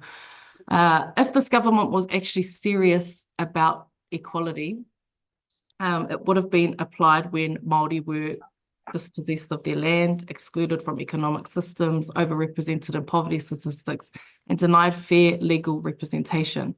Only now, when Māori are asserting their pre-existing rights, does this government suddenly decide that equality matters. It's basically weaponized discrimination. The last thing that I'd like to say is that this bill is obviously a political stunt, and we can refer back to a $26 million flag referendum designed to obviously bring in a new flag, which many people viewed as John Key's personal pet project. It also became a large public issue because it wasn't a referendum that was informed necessarily by public demands. And what we can see through this particular process is that public demand is that this whole conversation around Te Tiriti just doesn't even happen, and that we work to, I guess, form a new constitution for this country that embeds Te Tiriti o Waitangi in the country's overarching constitution. We're not here as a people to demand equality. We don't want equality as Māori because equality doesn't honour Te Tiriti o Waitangi.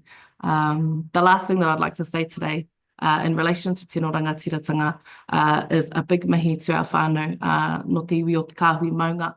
Me ngā iwi o te motu e noho tai ana I raro I te kāhui maunga I tēnei wā. Yesterday was a classy example of what Tino Rangatiratanga in relation to one of the many tonga of Te Ao Māori, in this case Te Ao Haka, looks like here in Aotearoa.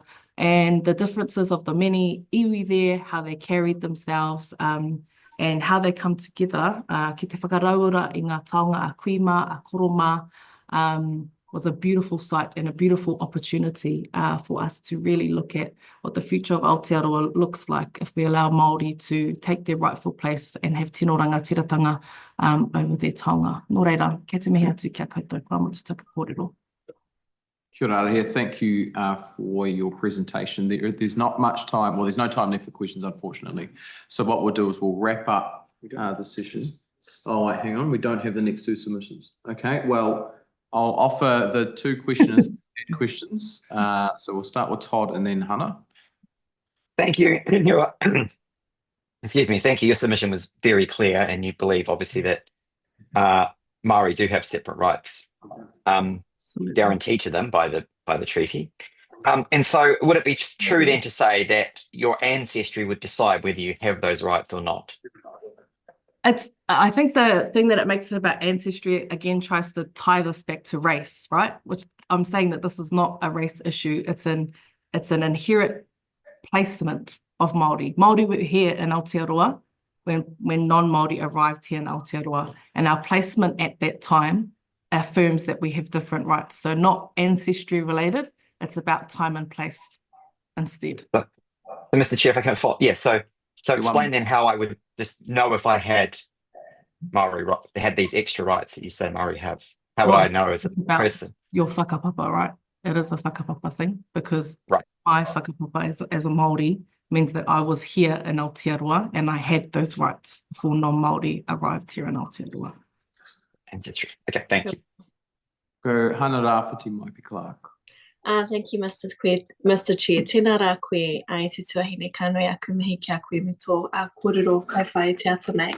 I think ERO is a true example of partnership and working in between our whānau hapu, locally led, community led kaupapa and initiatives, and really guiding our whānau through, as you said, te aki taonga and pepeha whakapapa. So I just want to, if you could just elaborate, if this bill was to go through, or a bill like this, not saying that this wouldn't through regulatory, the regulatory statutory bill, or anything that has the same perspective, what angst would this cause among our hapu, iwi, and the partners that you work with, if any? I think one of the issues that we've got is over the last probably 10 years, we've been able to build relationships with people who, or with entities, local governments, central governments that haven't had an entrenched view that Māori and hapu perspectives in relation to taonga protection, te aki taonga, te aki taiao didn't exist or weren't important. And so building these relationships has allowed us to reach a point where we can work collaboratively in relation to how the next generation or the next genesis of what that process looks like in Aotearoa actually is. When the requirements, and the requirements come from the law, when the requirements for these people to consider us are gone, we're left with a small few who actually care and actually want to maintain those relationships. And those are the people that I would call tangata tiriti. But if the legal requirement is gone, those that don't care about the relationship and don't understand the role of iwi and hapu here in Aotearoa and our tino rangatiratanga, we lose that opportunity to sit at that table with them and teach them about our way of life and a better way of doing things and how things should be done. And it doesn't mean that our tino rangatiratanga doesn't exist, it just makes it harder. And in actual fact, it'll cost the country more money, because one thing I will tell you is that our people will fight to the bitter end for our tino rangatiratanga and to protect our taiao. And it'll cost the country more money to do that, because eventually, we're just going to keep putting up every barricade that we possibly can.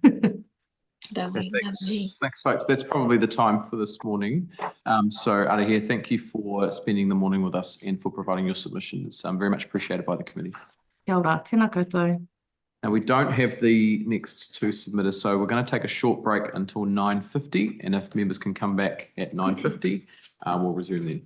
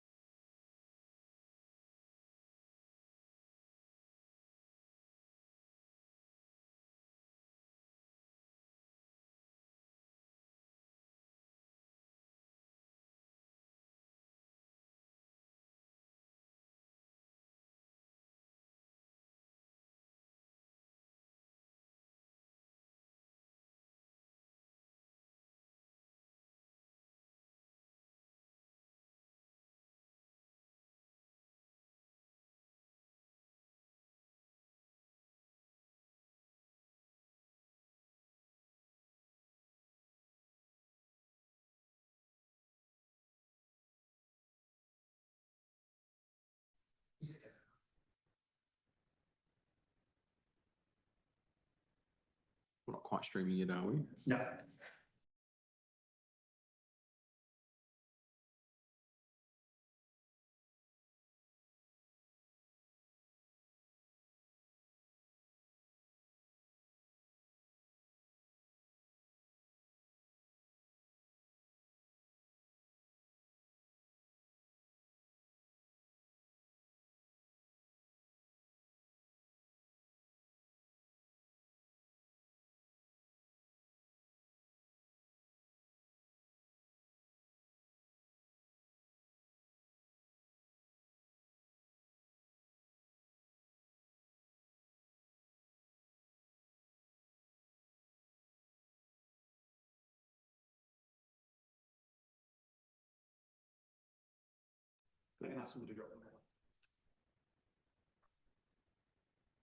Right, good morning. Welcome back. It's 10 to 10, so we're going to reconvene the meeting. We're going to move to our submission now from Te Kahui Maru Trust. And do we say we had Dion? Yes. Dion is joining us.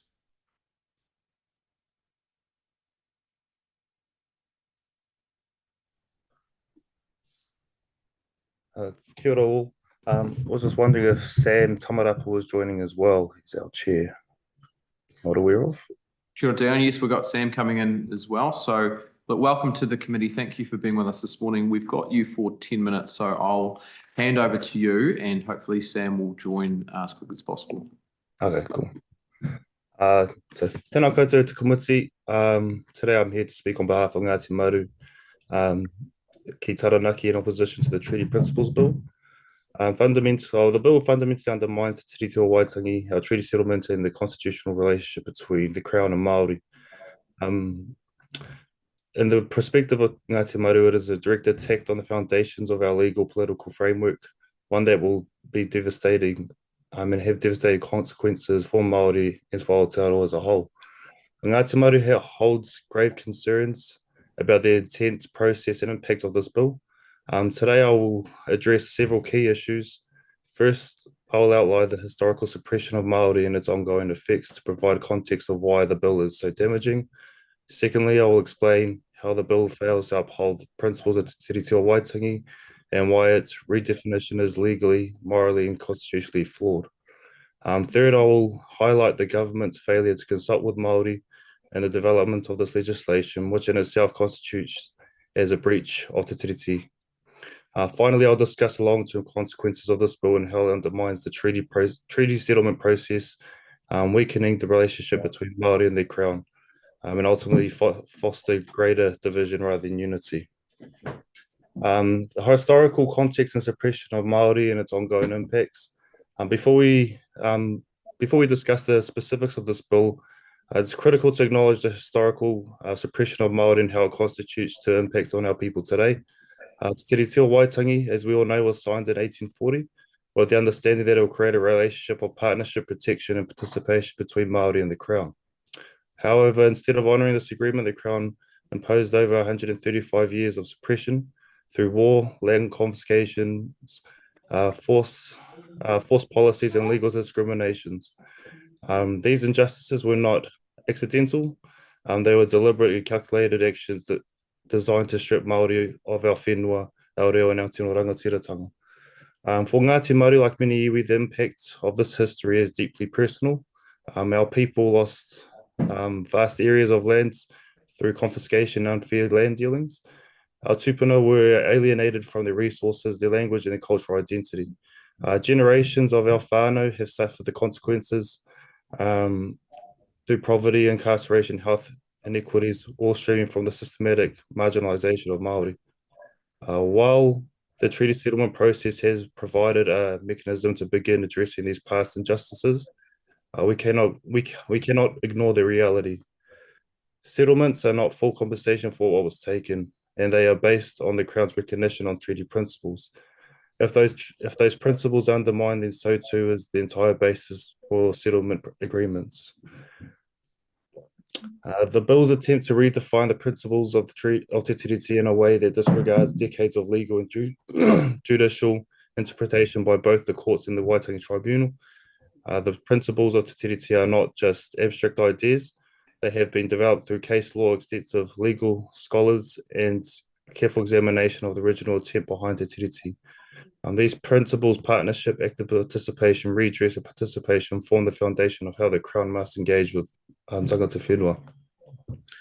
Yet this bill seeks to remove these principles and replace them with a narrow, restrictive definition that favours the Crown authority over Māori land or Māori rights.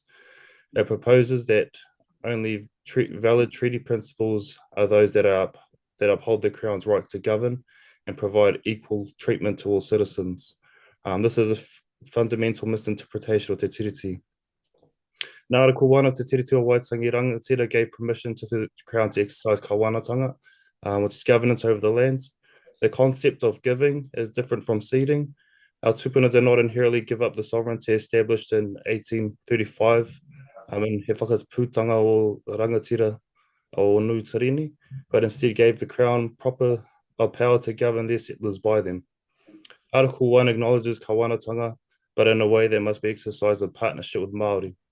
Partnership means co-governance, shared decision-making, and genuine consultation. This bill removes the reference to partnership, making it clear that Māori are seen as subjects, not as equal partners. Article 2 guarantees Māori, tino rangatiratanga, our absolute sovereignty over our land, taonga, and resources. Yet this bill erases that concept. It does not recognise Māori rights as self-determination, kaitiakitanga, and our ability to make decisions on our own affairs. Article 3 promises Māori equal rights and protections under the law. However, this bill uses the rhetoric of equal treatment to justify the removal of targeted mechanisms that address the structural inequality. True equity does not mean treating everyone the same. It means acknowledging historical disadvantage, ensuring that Māori have the tools to overcome it. The courts and the Waitangi Tribunal have been consistently affirmed that Te Tiriti is a living document, one that must be interpreted in good faith and uphold its original intent. This bill does the opposite. It is not an honest attempt to clarify treaty principles. It is an attempt to weaken them and justify the Crown's abilities to ignore its obligations to Māori. Now, in terms of failure to consult, beyond the content of this bill, the way it has been introduced is deeply concerning. Te Tiriti establishes a partnership between Māori and the Crown, yet Māori have been shut out of decision-making processes of this bill. The government has failed to engage in genuine consultation with iwi and hapu, instead rushing through legislation that fundamentally alters our rights. This lack of consultation is not just a political issue, it is a direct breach to Te Tiriti, which does not respect the spirit and the foundational documents of this country's constitutional partnership between Māori and the Crown. This bill was drafted and introduced without input from iwi, without engagement with the Waitangi Tribunal, without any attempt to uphold the principle of partnership. That is not a sign of good faith government. It is a sign of a government that has already made up its mind, regardless of what Māori think or say. The long-term consequences of this bill, if this bill does become law, it will be one, it will undermine treaty settlement process. If the government can redefine treaty principles whenever it wants, then what guarantees do iwi have that their settlements will be upheld? How can we trust that commitments made with good faith will be honoured in the future? Two, Māori trust in the Crown. This bill sends a clear message that the Crown does not value the treaty obligations. It tells Māori that we are not true partners, but merely another interest group, when ignored when inconvenient. Foster greater division in Aotearoa. Rather than strengthening relationship between Māori and the wider public, this bill will inflame tensions, deepen existing inequalities. It provides fuel for anti-Māori. Undermining decades of work towards reconciliation and understanding. To conclude, for all these reasons, Ngāti Māori urges the committee to reject this bill in its entirety. It is not a clarification of Te Tiriti, it is instead an attempt to dismantle it. It does not serve the interests of Aotearoa, it serves the interests of the government that refuses to acknowledge its obligations to Māori. If we move forward as a nation, we do so in a way that honours Te Tiriti, not erase it. The treaty was promise of partnership and their promise must be upheld, not just for Māori, but for the future of all people in Aotearoa. Let's honour the treaty and move forward together. Tēnā tātou, that's my written submission, or my oral submission. Thank you, Dion. Sam, there's a minute and a half left, or we could go to... I can see that, Mr. Chair, so thank you very much for that. So just quickly, tēnā koe huana, pai ki te anō. Hey, listen, Dion would have covered in terms of the issues that the real concerns that we have around our treaty settlement, which is the ink is still yet to dry on our settlement. We're the last of the ATB and Taranaki. Then on top of that, we were down in Parliament just recently for the Maunga settlement. So in terms of the partnership, that is part of that process. We have some real concerns if this bill proceeds any further. So that's really the big statement from Ngāti Maru. But yesterday at Te Matatini and the Poiri, there was a statement made that Te Matatini is the opportunity for all of us here in Aotearoa, particularly here in Ngā Motu, to be Māori, to experience those things that make us Māori, in terms of our values, in terms of our kapahaka and all those things that we hold dearly. So that session, that event will give the chance for us here in Taranaki and the rest of the motu to relive in terms of our values, in terms of what we see as being important as being Māori. So what this bill will actually do will actually diminish and, well, actually have a big effect on our rights as Māori. So we're going to enjoy this week, and then we're going to come back at you again. Kia ora. Tēnā koe huana. Dion, thank you, Dion and Sam, for your time this morning. That's all we have for the 10 minutes. So just to acknowledge you both on behalf of the committee, and thank you for being with us this morning. Kia ora. Kia ora. We're going to move now to our next submission from the New Zealand Lutheran Roman Catholic Dialogue Commission. And with us in person, we have Professor Jim McAloon and Dr. Petrus Simons. So thank you both for being with us. Thank you. We have you for a short 5-minute session this morning, so I will hand directly over to you to begin your presentation. Thank you, Mr. Chairman. Thank you, Mr. Chairman. Our dialogue commenced in 2017 in order to discuss differences which have divided our two churches for more than 500 years. What it means is that meaningful unity between churches cannot be dictated. Relationships and mutual trust need to be established and re-established. This takes commitment, patience, perseverance. New Zealand embarked on such a path of dialogue, discussion, and so on in 1975 with the establishment of the Waitangi Tribunal. It has enabled the Maori people to seek redress for injustices which have incurred at that stage over a period of 138 years.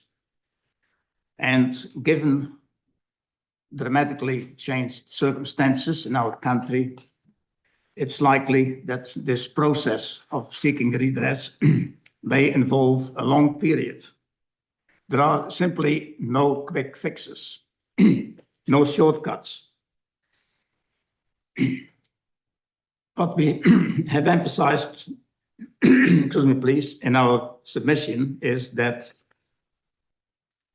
the process should be guided by a realization that the treaty is an unbreakable agreement. In biblical terms, a covenant. It was not an agreement between two different races. It was an agreement between two peoples representing two different cultures. The British applied, when drawing up the treaty, the jus gentium, which was part of the common law of Britain at that time, and that gave them the right of imperium, the right to govern, whilst the Māori were guaranteed rights of dominion, tino rangatiratanga.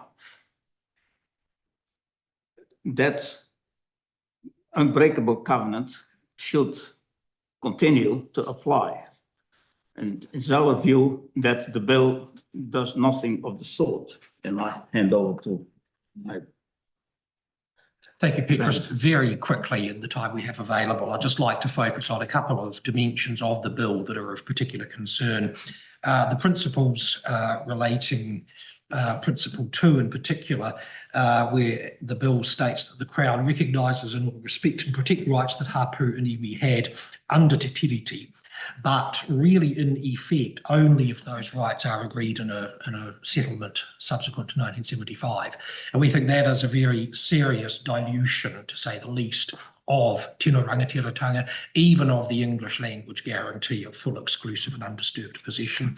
And we're equally concerned by Section 7 of the bill, which provides that the principles as specified in the bill, those principles and no other, must be used to interpret an enactment if the principles are referred to in that bill. So in some ways, at least, the effect of the bill would be virtually to erase the treaty, and that concerns us greatly. We recall perhaps the words of Justin Teeper of Ngaitahu a couple of weeks ago, that the starting point must be justice, sincerity and good faith. We are sure that we are repeating what a lot of other submitters have said, but we are particularly concerned as well that the bill has been brought in without consultation with iwi, Hapu, and indeed in the face of very significant concern from those bodies and from the Waitangi Tribunal and others. As my colleague said, the country is on a journey.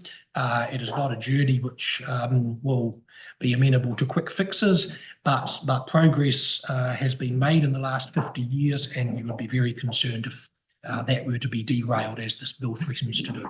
Thank you. Thank you, Jim. Thank you, Petrus. That's probably the time we've got this morning. So I just want to acknowledge you for being with the committee. I know 5 minutes is a short time and it goes very quickly, but we appreciate you coming and providing your submission. Thank you for hearing us. We'll go to our submission. Next submission is online from Christopher Burns.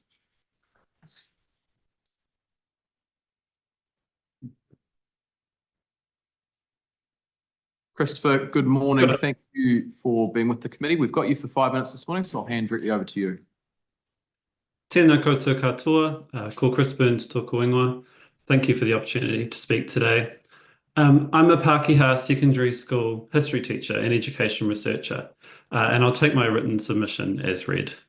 You've heard from a range of expert voices on the profound flaws of this bill, so I want to speak specifically to my position as a teacher of history and its relationship with my strong opposition to the bill. As history teachers, Te Tiriti o Waitangi is central to our work. Given effects, Te Tiriti has provided a valuable framework for addressing the ways our education system has failed Māori learners, something other submissions have already spoken to. But I want to focus on our responsibility to teaching students about the historical production and signing of Te Tiriti. The ways the Treaty Principles Bill misrepresents and distorts Te Tiriti o Waitangi has been well covered by historians, experts in Te Reo Māori, former politicians, legal experts, and many, many others. This is hardly surprising. In the Waitangi Tribunal's 2014 finding that Rangatira signing Te Tiriti in February 1840 did not cede sovereignty, they stress that their conclusion is not radical and reflects the views that leading scholars, Māori and non-Māori, have held for a generation or more, so it's nothing new. The argument that this bill misrepresents the 1840 agreement appears to have been essentially conceded by supporters of the bill. David Seymour has stated he thinks it represents what Te Tiriti should say, not what it does say, and that those who support the bill based on libertarian notions of democracy have largely avoided this point. So where does this leave history teachers? Bills like this put us in the difficult position where accurately teaching history requires us to be clear that our legislation misrepresents and distorts the historical treaty. This is something that, unfortunately, many of us already have some experience with. The current Treaty of Waitangi Act of 1975 presents a single treaty with two versions, an argument that does not hold up to historical scrutiny. This raises questions about the need or purpose of treaty principles, since there is no need to reconcile the two texts, but other submissions, notably Ani Makari's, have already spoken to this. So basically, we have to tell our students that New Zealand law misrepresents New Zealand history. This creates serious problems for teachers. Despite what is sometimes said about us, we take our commitment to being nonpartisan very seriously and want to create a safe and supportive environment for all our learners. But if we don't point out the ways our laws can and do profoundly misrepresent the past, we would be failing our students in helping them to understand how past events shape our world today. I don't say all this to simply generate sympathy for history teachers. You've heard submissions from people who will be affected by this bill in far more profound ways. But my hope is that it illustrates a wider issue of the dangers that are likely to come from passing legislation that cannot be aligned with an honest and accurate understanding of our history. The tension this bill would create between teachers, students, and government highlights one of the many ways the effects of the bill are likely to be contrary to its objectives of supporting greater certainty on the place of Te Tiriti and promoting social cohesion. So to that end, I've got 3 quick recommendations. First, that the committee recommend the bill proceeds no further. This is due to both the process and content of the bill. It concerns me that the government seem to be pursuing a reading of the treaty similar to what is contained in the bill, with changes to Education and Training Act as one example, and that this will continue regardless of the fate of the bill. Second, that the government recommit to evidence-based decision-making as outlined in the coalition agreements. This should obviously include historical evidence. The reading of Te Tiriti in the bill and the Prime Minister's assertion that Te Tiriti is a simple cession of sovereignty is irreconcilable with the best historical evidence. And finally, I support the growing call for an apology from the Prime Minister for introducing the bill for the reasons other submissions have highlighted. Thank you. Thanks, Chris. We'll take one quick question from Huhana Linden. Oh, geez, Chris, aroha mai, your recommendations were awesome. And you took some of my questions because you're actually answering them. But I did want to ask, because you're on the front line of educating, our young people in schools, and knowing that we've made such progress in the trajectory of implementing localized curriculums, and as a history teacher, do you not think that it's time that we invest more in educating our young people, but wider community in this space, on Te Tiriti and its importance as a part of our national identity? Yeah, I think so. And I think obviously the work with schools has been great, but we can't expect it all to be done by teachers. So that wider community education on those aspects is really important. Thanks, Chris. Thanks for the very brief response to that question. We do appreciate it. That's the time we have this morning. So just on behalf of the committee, I want to thank you for your presentation and for being with us. Kia ora, thank you. Right, we now go to a submission from, must be someone famous because the media's all come in the room, Wellington City Council Mayor Tory Whanau. Morning, Tory. Thank you for being with us in the committee. I hope you enjoyed the hospitality across the hallway before. I think they're showing matatini across the hall, so that's pretty cool. Thank you for being before the committee. We've got you for 10 minutes, so I'll hand over to you to begin your presentation. Kia ora, is this already on? Fabulous. You're away. Oh, tēnā koutou katoa, ko Pakakoe te iwihuri tēnei no Taranaki, ko Tory Whanau tōku ingoa, ko au te koromatua o Pōneke. I'm here with our Pōiwi Liz Kelly from Wellington City Council, and we're here to completely oppose the Treaty Principles Bill, and we hold significant concern for what it means, which is to diminish the legal, political and cultural fabric of Aotearoa. As Mayor of Wellington, my job is to service the city and its people and advocate for their concerns and their wishes. And as the first Māori mayor, I have an obligation to use my position to stand up for tangata whenua and stand alongside our mana whenua and iwi partners in expressing our absolute disbelief and disappointment that this bill has even gotten this far. When the hikoe mō Te Tiriti descended on Waitangi Park and onto the steps of Parliament on November 18th, 2024, a message was sent to central government that our city and our people do not stand for this bill. I'm here to reiterate this message. This bill diminishes our mana. It is unhelpful, unproductive, and is attempting to provide a solution to a problem that does not exist. The bill is hypocritical. It is a piece of legislation which allegedly seeks to promote equality before the law, yet only recognises the specific rights of iwi and hapu, but excluding individual Māori or those disconnected from the iwi due to generations of colonisation. Picking and choosing who gets recognised in this bill is not equality, and it is not effective. In fact, this bill represents the very thing this government is supposedly against, an unnecessary and costly ideology pandering vanity project that does not deliver tangible outcomes or public good. At the moment, the Te Tiriti o Waitangi already provides a set of established principles which have already been developed by legal experts to reflect the agreement originally signed in 1840. Partnership, protection and participation. During my time as Mayor, I've had the pleasure of witnessing and experiencing Te Tiriti in action with these already established principles, creating an effective framework which helps local government deliver for its people and collaborate with Māori. An example of this at Wellington City Council is our Tākaihere Agreement. It's a partnership that enables our council to work with iwi and deliver on social, environmental and economic outcomes for the city. Te Tiriti is also embedded into the Local Government Act, meaning that Māori have fair representation and the opportunity to have their say on local government issues, just like everybody else. Not only do these examples demonstrate that Te Tiriti is already an effective document in national and local governance, but it also shows the confusion that could occur should the bill go through.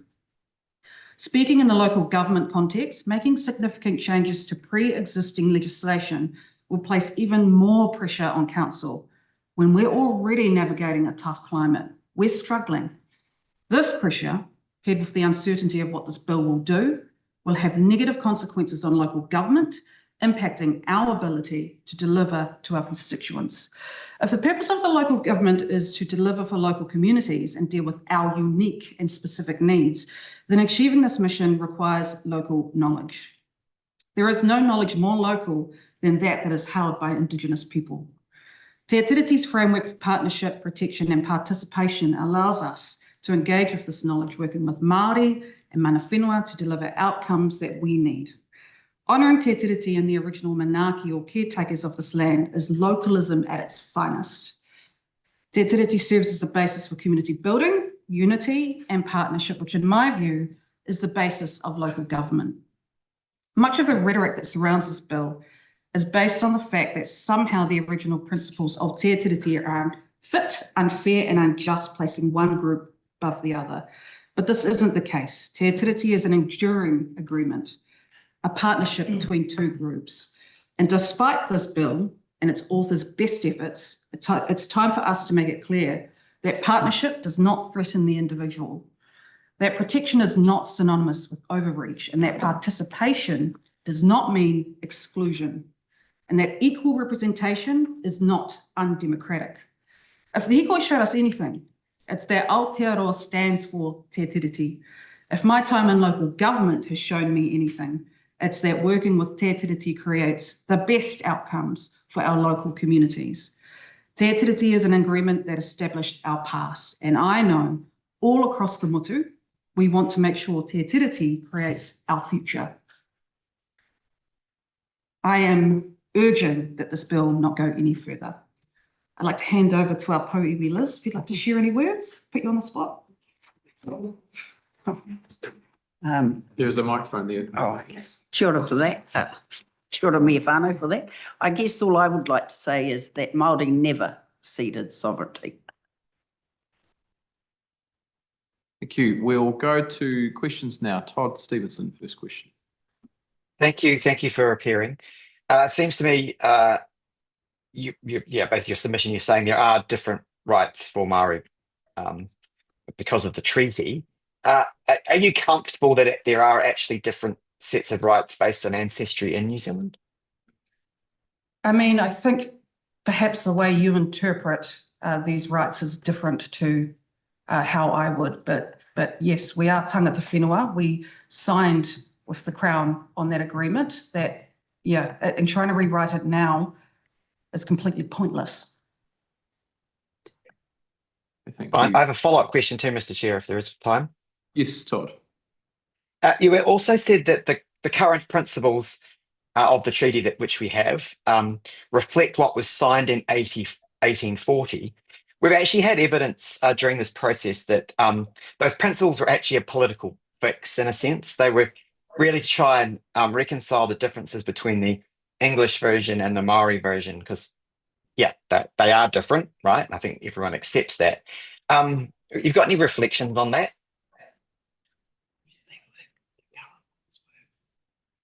That the current ones work. Okay, thank you. We'll go to a question from Huhana Linden. Kia ora. Thank you, Mayor Whānau and Wellington Council for coming in to share your kōrero. I wanted to ask about, do you think that this is actually, like the Treaty Principles Bill process that we're currently undertaking, a good use or a legitimate use of parliamentary resource and process, knowing that, well, we've heard from parties of the coalition government that they don't intend to support the bill beyond the select committee. So do you think it's a bit Momo timer that we're even doing this? Oh, I completely agree. You know, for a government that says that we should go back to basics and nice to haves, this is complete waste of resource for Parliament as well as councils. I'd add to that the referendum for the Māori ward is a waste of resource, and there's just no mandate for this sort of work. So it's quite surprising that this government has put this much effort into this. Supplementary question as I have time, Mr. Chair. Yeah, Huhana Linden.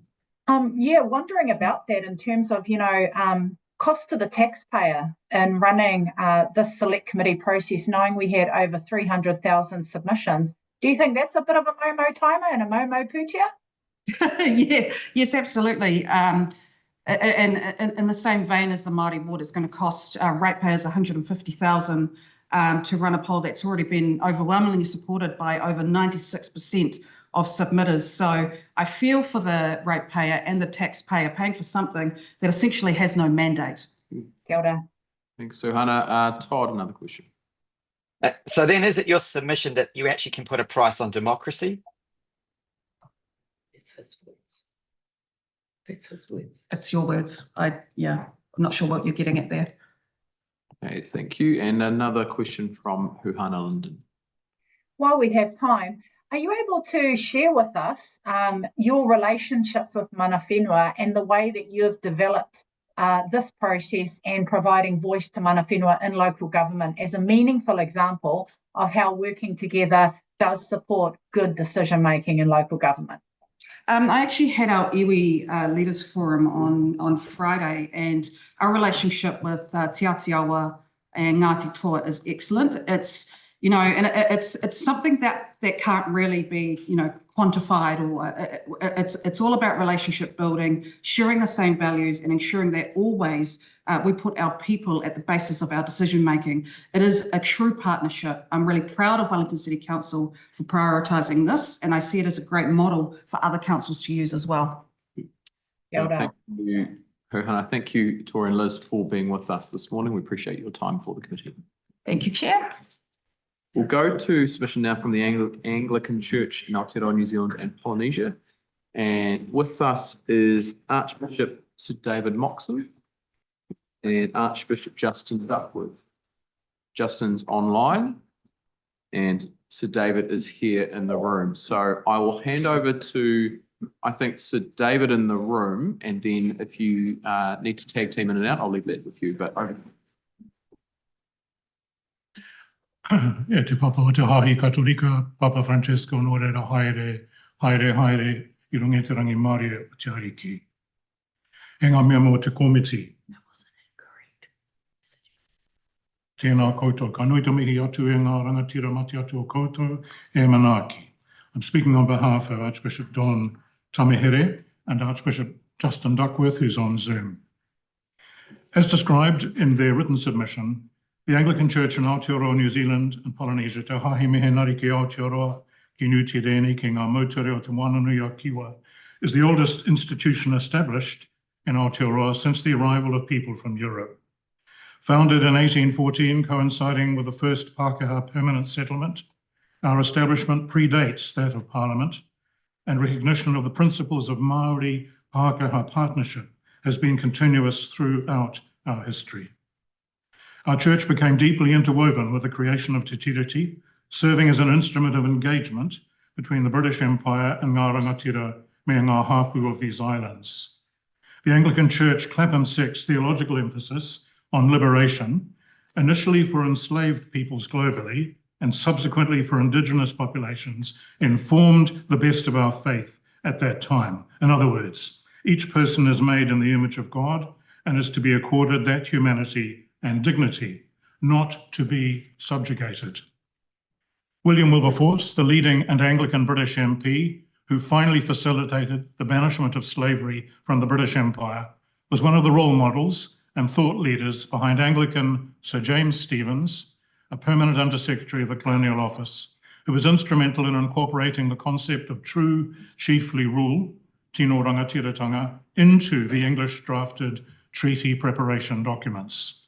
To describe Stephens' influence and his Anglican background, I quote and précis from the relatively new book, The English Text of the Treaty of Waitangi by Ned Fletcher. The survey undertaken here suggests that the implications of the English text were understood in the same sense as the division between Kāwanatanga and Rangatiratanga in the Māori text. On this basis, Ned argues, it is quite conceivable that Busby and the New Zealand Gazette were not alone in understanding the effect of the treaty as akin to the federal arrangement prefigured by the Declaration of Independence, Te Whakaputunga. Accordingly, Rangatiratanga refers to independence in internal affairs, leaving Kāwanatanga or sovereignty defined and limited by reference to its objects as applying to foreign relations, justice, peace, good order, and trade. Justice, peace, and good order were also to be understood in the context of continuing tribal self-management. Intertribal disputes were to be mediated by the Kāwanatanga, and warfare was contrary to the creation of Kāwanatanga and Māori respect for the government of the Queen. Te Kāwanatanga obtained full authority over Europeans, and British justice was to regulate interracial conflict, both criminal and civil, although Russell envisaged that legislation would permit Māori custom to be taken into account. At least in British settlements, or where a tribe relinquished authority over a malefactor, serious crimes not involving Europeans could also be prosecuted under colonial law. And so we see the emergence of a simple form of mutual interdependence being implied. In 1840, there was a body of opinion that this kind of sovereignty could be limited by the terms of this kind of treaty. Seen in this light, the Māori and English texts of the treaty reconcile, Ned argues. The view taken here is that sovereignty in the English text is to be understood according to the principal purpose of establishing government over British subjects for the protection of ngā iwi Māori. The effect of the treaty in English was to set up an arrangement similar to a federation in which sovereign power did not supplant tribal government. Agreed national structural provisions for both partners are described, overarched by one agreement about the common good. Although the treaty was not without precedent, the treaty marked a relatively new method of attempting to protect an Indigenous people from the inrush of a new and essentially different culture. It was conceived, written, and affirmed in good faith. Parallel to our own church's current treaty-based internal arrangements, which are so creative and life-giving for us, one of the best practiced treaty in action models today, which expresses this original and mutually beneficial intention both ways, is the shared management of the Waikato River Authority. Te awa Waikato, the Waikato River as an ecosystem, and Te Waiora, Te Iatuku o Te Iwi, the artery of the people, is well overseen by a treaty-based combination of iwi and crown appointments. The many hundreds of years of experience of Waikato Tainui of living beside the river as a source of life and vitality is partnered with other forms of expertise and representation by the Crown. This is a win-win that greatly enhances the care of the river. Everybody benefits. What's good in treaty terms was and is good for everybody. For us, as in 1814, the Anglican Church from our earliest days at Rangihaua to the dissemination of the faith through kaifakaako, Māori evangelists, our bridge practice was rooted in the concept of Māori and Pākehā sharing a common faith while maintaining their distinct spheres of influence. By the 1850s and with the establishment of the church, this practice was further solidified with Hapu and Rangatira leading, building and resourcing their own faith communities as Pākehā did theirs. When they partnered, they were called to enhance each other's mana. This exemplified Te Tiriti o Waitangi and the principle of partnership, a practice maintained continuously to the present day.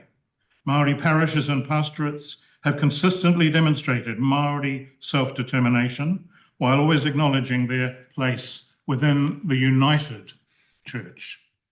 Over 30 years ago, our revised constitution, Te Pouhere, formally acknowledged Te Tiriti o Waitangi as central to our identity in Aotearoa New Zealand.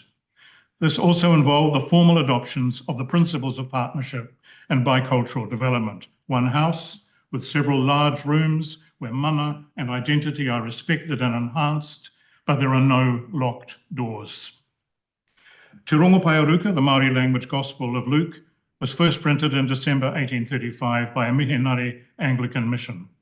The publication included the words before the treaty, rangatiratanga and kawana, which subsequently became seminal terms in the Anglican translation of the Treaty of Waitangi in February 1840, as translated by Anglican Henry and Edward Williams, after consultation with ngā rangatira Māori at Waitangi. Within the Gospel of Luke, rangatiratanga refers to the kingdom of God, paralleling the English treaty wording which, quote, guarantees to the chiefs and tribes of New Zealand and to the respective families and individuals thereof the full, exclusive and undisturbed possession of their lands and estates, forests and fisheries, and other properties which they may collectively or individually possess. This represents a specific form of self-determination, reinforcing the concept of kingitanga present in the 1835 Declaration of Independence, upon which the treaty's moral authority rests. Te Whakaputunga was also translated by the Reverend Henry Williams, with the same Lucan words in mind. Kawanatanga represents a form of limited governorship, interacting with another partner, and in Luke's Gospel, it's between Governor Pilate and King Herod. Māori Gospel readers would have immediately recognized the power and texture of these words, rangatiratanga and kawana, from the first document ever written in Māori prior to 1840. Anglican missions often hosted treaty signings and emphasized the moral high ground being sought. This was expressed as covenant in the biblical sense by Māori mission participants, as Claudia Orens has so clearly shown, especially Honeheke at Waitangi, as well as mission-based Pākehā.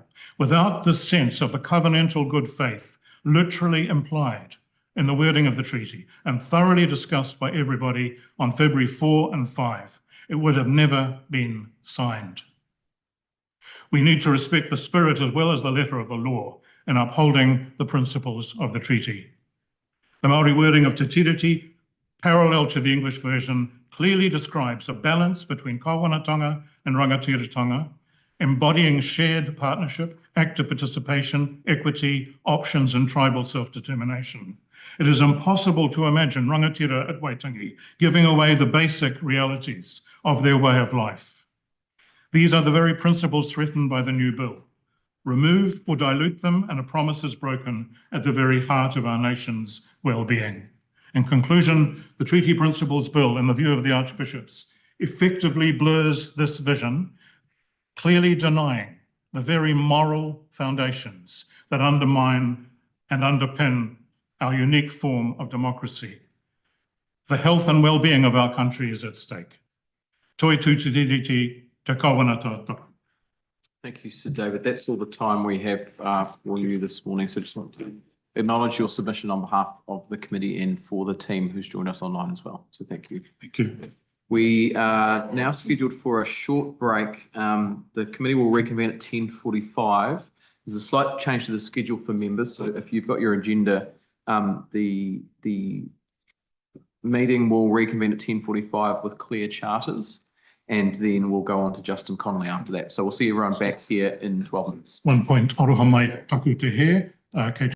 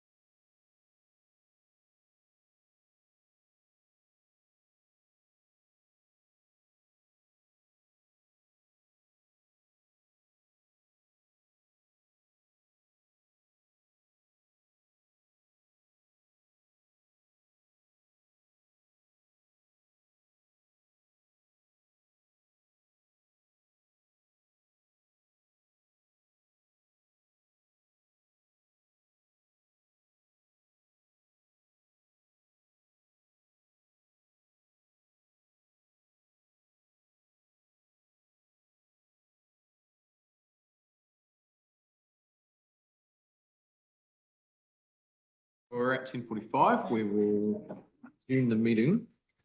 I'll just grab a pen. Welcome back, everyone. We are resuming our hearings into the Treaty Principles Bill, or Principles of the Treaty of Waitangi Bill. Our first submitter for the second session this morning is going to be Claire Charters. Claire is with us in person. So good morning, Claire. Thank you for being with us. We've got you before the committee for 5 minutes this morning, so I'll hand over to you to begin your presentation. Morena, tēnā koutou katoa. Ko Ngāti Whakaue Ngāpuhi Tainui me tu wharatua o ku iwi. I'm a professor of law with a doctorate from Cambridge University in comparative constitutional law and international law on Indigenous people's rights, with over 100 publications in the area. I'm co-director of the New Zealand Centre for Indigenous Peoples and Law, and I've presented and taught in this area for decades at many universities, including Oxford, Harvard, Toronto, and Columbia. I'm the former Rangomai Takitaki at the New Zealand Human Rights Commission, and I've held many positions at the United Nations, including most recently as advisor to the President of the General Assembly. There's been considerable and dangerous misinformation shared and woeful ignorance expressed about New Zealand's global standing in the protection of Indigenous people's rights. Equally, Māori rights have been portrayed as undemocratic and creating inequality for non-Māori, when international consensus within Western liberal democratic states and international law, the exact opposite is true. This bill would be constitutionally invalid in both the United States and Canada, and is in breach of New Zealand's obligations under international law. Here, Te Tiriti o Waitangi is not enforceable, except in the limited cases where Parliament has included its principles in legislation. Any subsequent legislation contrary to Te Tiriti principles takes precedence over earlier legislation. In the US, treaties between Indigenous peoples and the United States are explicitly protected under the US Constitution. They are legally enforceable. They have the same status as federal legislation. This means, for example, that they override state laws. The US Supreme Court has consistently upheld American Indian treaty rights, including, for example, the right to 50% of the fishing take in areas in Washington state covered by treaty, and very recently by a relatively conservative court, to lawmaking power over large areas of Oklahoma, including Tulsa, a city of over 1 million people. That's how seriously they take their treaty obligations. American Indians' tino rangatiratanga is expressed as inherent sovereignty under law in the US and is protected in hundreds of years of constitutional law. Almost 600 American Indians peoples govern themselves with their own governments and courts. The argument that American Indian rights violate non-Indians' right to freedom from racial discrimination, in other words, are a privilege to American Indians, has been resoundingly rejected by the US Supreme Court. The court has held that American Indians are not a racial group. Instead, they are sovereign peoples.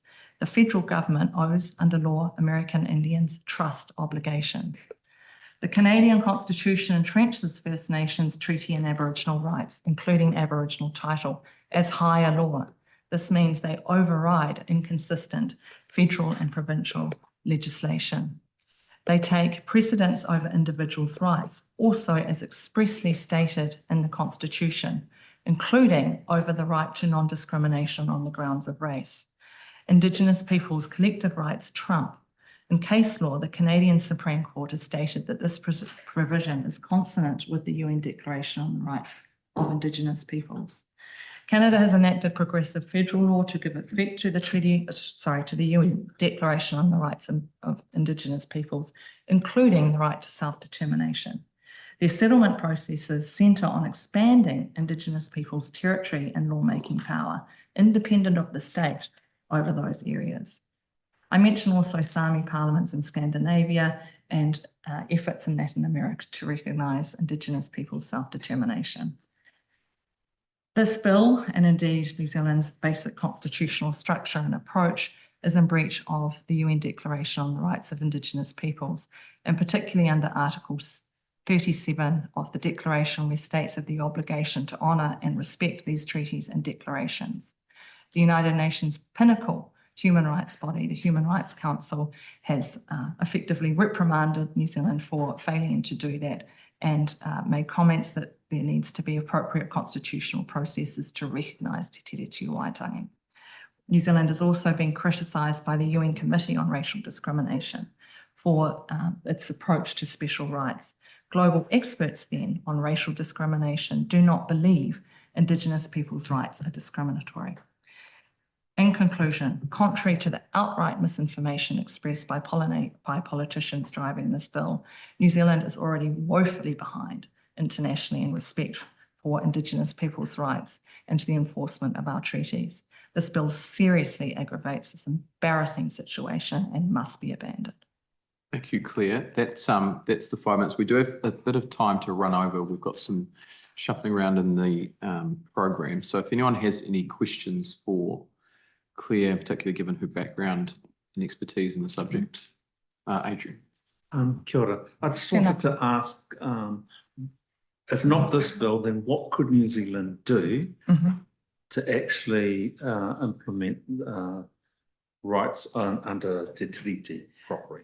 I think one of the first steps would be to, like Canada just recently, to enact law to implement the Declaration on the Rights of Indigenous Peoples as a way to realise our rights under Te Tiriti o Waitangi. Thank you, Adrian. Hannah Linden. Yeah, it's similar vein to Tamatua Adrian, but really wanting to explore your thoughts around, what is the solution to what we're currently facing with the Treaty Principles Bill conversation in New Zealand now, while not undermining any further our rights as tangata whenua through Te Tiriti o Waitangi. I think substantive and substantial constitutional transformation is required to realise our rights and to come even close to similar standards set by the United States and Canada as two examples. So I think that we need, as mentioned, to implement the Declaration on the Rights of Indigenous Peoples. We should do something akin to, we have to have our own answers, the entrenchment of the Te Tiriti o Waitangi in our legal system as higher law. That would be the kind of thing that I think that we need to do, drawing on experiences elsewhere. But there, we need as a nation to think about that, but we certainly need to make sure to measure up to our Western liberal democratic partners to do something pretty, substantive. Thanks, Claire. We'll go to a final question from Todd Stevenson. Thank you for your submission. I just want to make sure I understood you properly. Are you saying that our current governance arrangements with the New Zealand Parliament is kind of illegitimate or inappropriate? Is that what you were saying?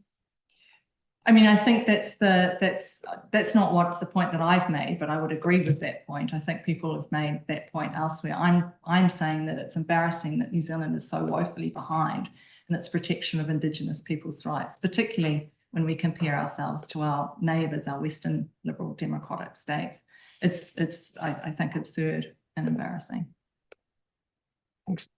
Thank you. Thank you, members, for the questions. Thank you, Claire, for your time this morning and for being with us. We do appreciate that submission. Thank you.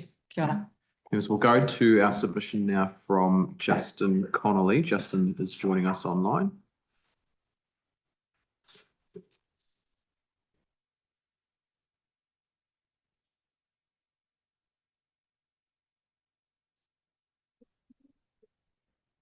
Justin, good morning. Thank you for being with the committee this morning. We've got you for a 5-minute presentation this morning, so I'll hand over to you to begin. Kia ora tātou, thank you. Look, I wanted to just take my submission as read, highlight the main points, of course, that I oppose the bill, recommend its withdrawal, and acknowledge that you've heard all the legal reasons why and against the bill. So let's not recap, but I have touched on them. I just wanted to expand a little on my submission and reflect on my personal journey with Te Tiriti and the treaty as what I think is perhaps fairly typical of somebody who grew up in New Zealand. I'm late 40s, grew up in the rural Waikato, and there's just quite a gulf between the reality of what we know about our constitutional arrangements and the perception of what we think we know about our constitutional arrangements, which is really at the heart of some of the frustrations and challenges that we're experiencing in this debate. We don't have a strong culture of understanding our constitutional arrangements, and so we're not in this educated position to actually be having a constructive conversation in the way that we are, and hence a referendum, I think, is a terrible way of doing it. I wanted to just acknowledge, I think it was Andrew Judd who was submitting the other day, and sort of just resonate with his personal journey. And he talks about being a recovering racist. So in terms of the attitudes that one grows up with in the nation, in the culture, through no ill intent, just recognizing that there are embedded biases that are often inherent in the way that we learn about things, or the attitudes that we grow up with around things like the treaty. Wanted to acknowledge that there's this contradiction in the bill around equal rights, and of course of seeking to have equal rights but ignoring the equal rights that iwi entered the treaty with. I think that's really at the core of part of the contradiction of this. But really, on a positive note, just really wanted to stress that I think we absolutely do need a conversation about our constitutional arrangements in New Zealand, and I absolutely support us having that in a constructive and coordinated and respectful way as a nation. And I think there's a huge amount of effort that needs to be taken, and leadership required, I guess, from Parliament as well as civic society, to be able to take some of those steps and make some of those progress. Particularly acknowledge a lot of the thinking that's been done by people like Moana Jackson and Martiki Mai, and recognizing the very the kind of visceral and personal components of what those journeys would be. It scares the heck out of me as well as excites me terribly, which I think are two emotions that we can hold together whilst moving forward on a conversation like that. So I know I only have a few minutes, sort of just recapped on what I talked about. The gist of it is in my submission, as you would have seen, and perhaps I'll just leave a minute or so for questions if anybody has any. Thank you, Justin. Members, any questions for Justin on that submission? No, I don't see any questions coming through, Justin. So we've got about a minute remaining. I'm happy to hand back over to you if you wanted to provide any further context, or we can wrap up the session there. Well, the only thing I would say is one of the things coming out of if the committee or whatever this process has any power to do is potentially reinvigorating some of the educational material that does exist around Te Tiriti, and getting that out amongst people and communities, and whether it needs to be better incorporated into citizenship processes and migration processes as well, in terms of some of that educational material. So there are good materials that I note in my submission, and just also, I guess, maybe just offer the potential for leadership in Parliament to provide more education in that space to help it make a more constructive conversation in the future. Perhaps I'll leave it there. Thanks, and thank you, Justin. It's a very nice way to wrap up. Look, on behalf of the committee, I just want to acknowledge your submission today, and thank you for being with us. Thank you for having time to listen to me. Appreciate it. We've got our submission now from Ngā Kaitiaki o Ngāti Kauwhata, and with us in the room, sorry, I don't have anyone's names, but I'll invite you to the table and I'll allow you to introduce yourselves. Tēnā koutou. Welcome to the committee. We've got you for 10 minutes this morning, so I'll hand over to you to begin your presentation. O tēnā tātou katoa. Me timata ke ngā kōrero mo tō mata iwi korua. Hene te pai maunga ko raua te awa ko Ngāti Kauwhata te iwi. Anei Ngāti Kauwhata kua tai mai tēnei rā ki te whakatakato i o mātou whakaaro i runga i tēnei take. Ki tō mātou whakaaro e whakamemehe ana i te mana o te tiriti o Waitangi. Nō reire, kua tai mai mātou, mātou ko ngā kaitiaki o Ngāti Kauwhata, koina te ratonga e manakitia nei te iwi whānui. O tira ngā hapori katoa o tō mātou takiwa. tainu atira ki ngā kaihautu o ngā hapu e toru o Ngāti Kauwhata, ko Ngāti Tūroa, ko Ngāti Hinepare, tainu atu kia tahuri wakanui no reira. Tēnei mātou me hia tūnei kia kōtau.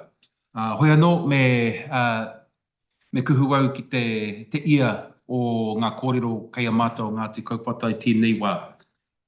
Well, I'd start by saying it's a firm belief of Ngāti Kauwhata that this bill should never have made it to first reading in the first place.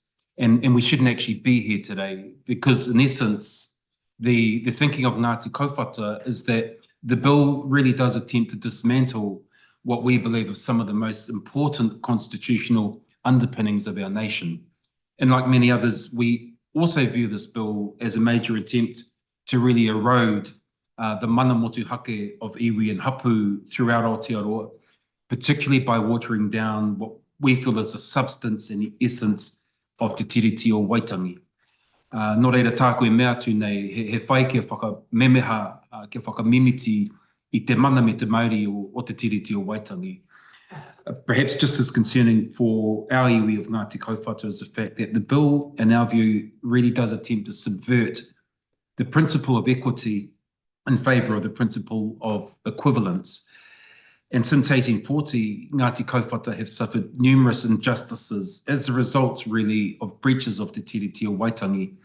Through no wrongdoing of our own, we have actually become one of the most landless iwi in the nation. And this has actually led to severe inequities that our people have had to contend with and actually endure intergenerationally. And Ngāti Kauwhata are still navigating a number of those inequities to this day.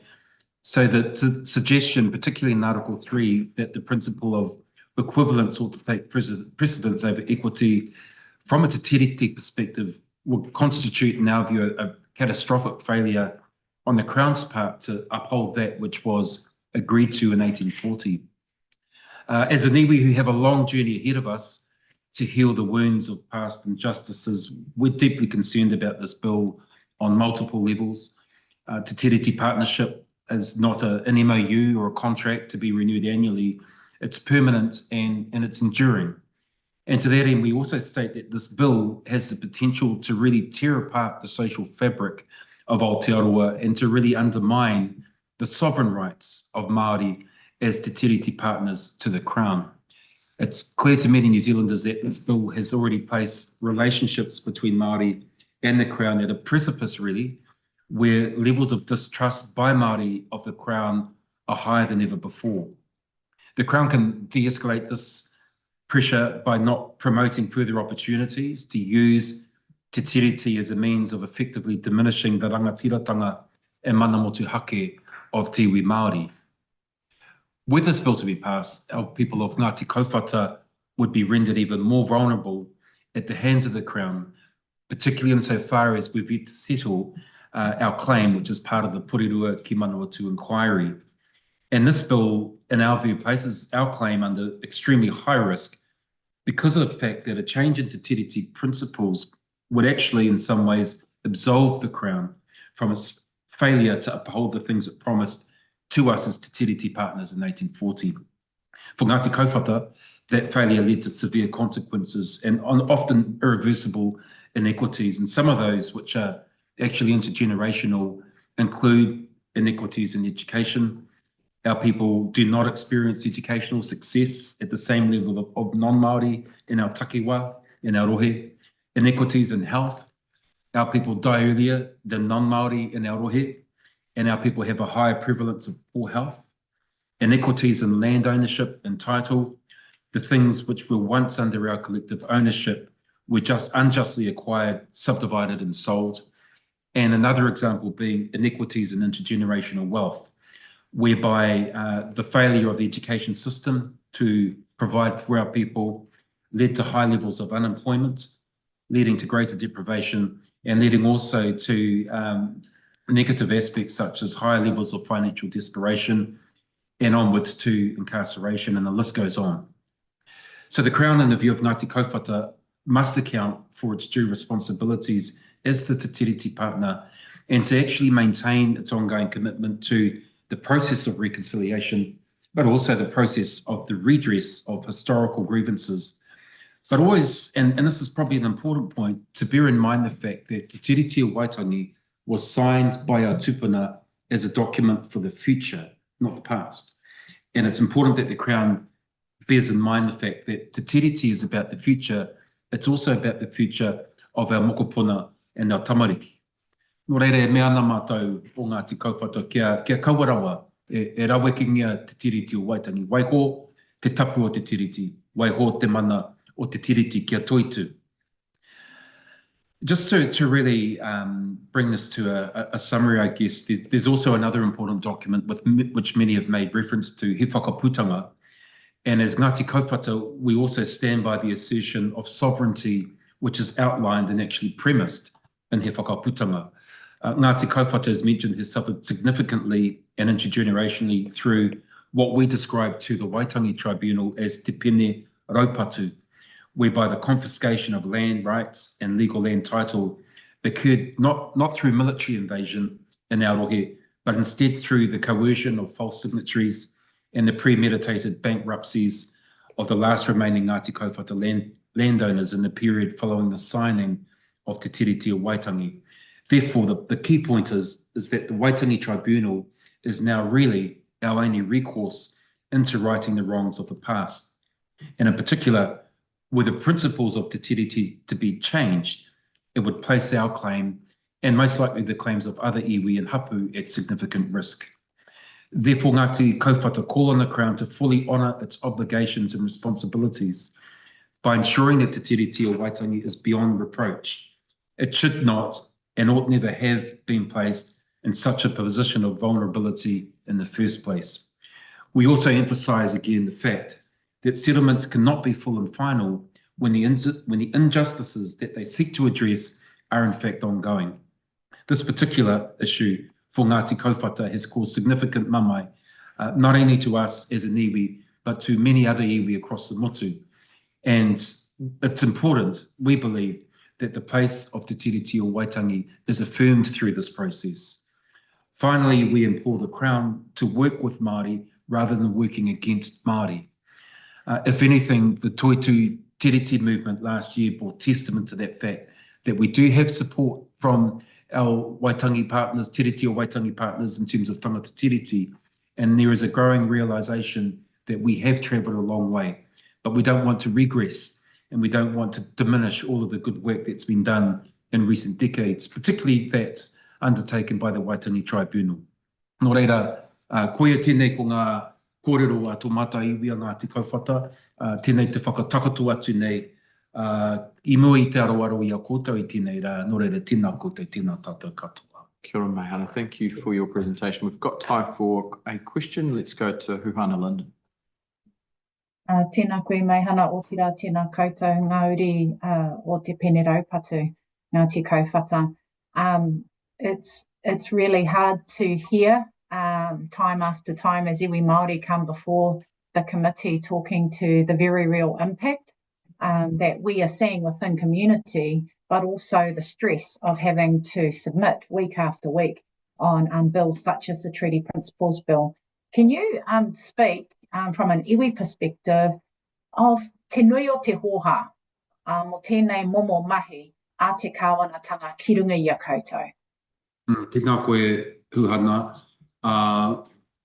Kia matua Ngāti Kaupapa, kāre matua e tino hiehie ki te hara mai mo enei momo take. Kei roto I a matua I tēnei rā ko ngā kaitiaki o Ngāti Kaupapa.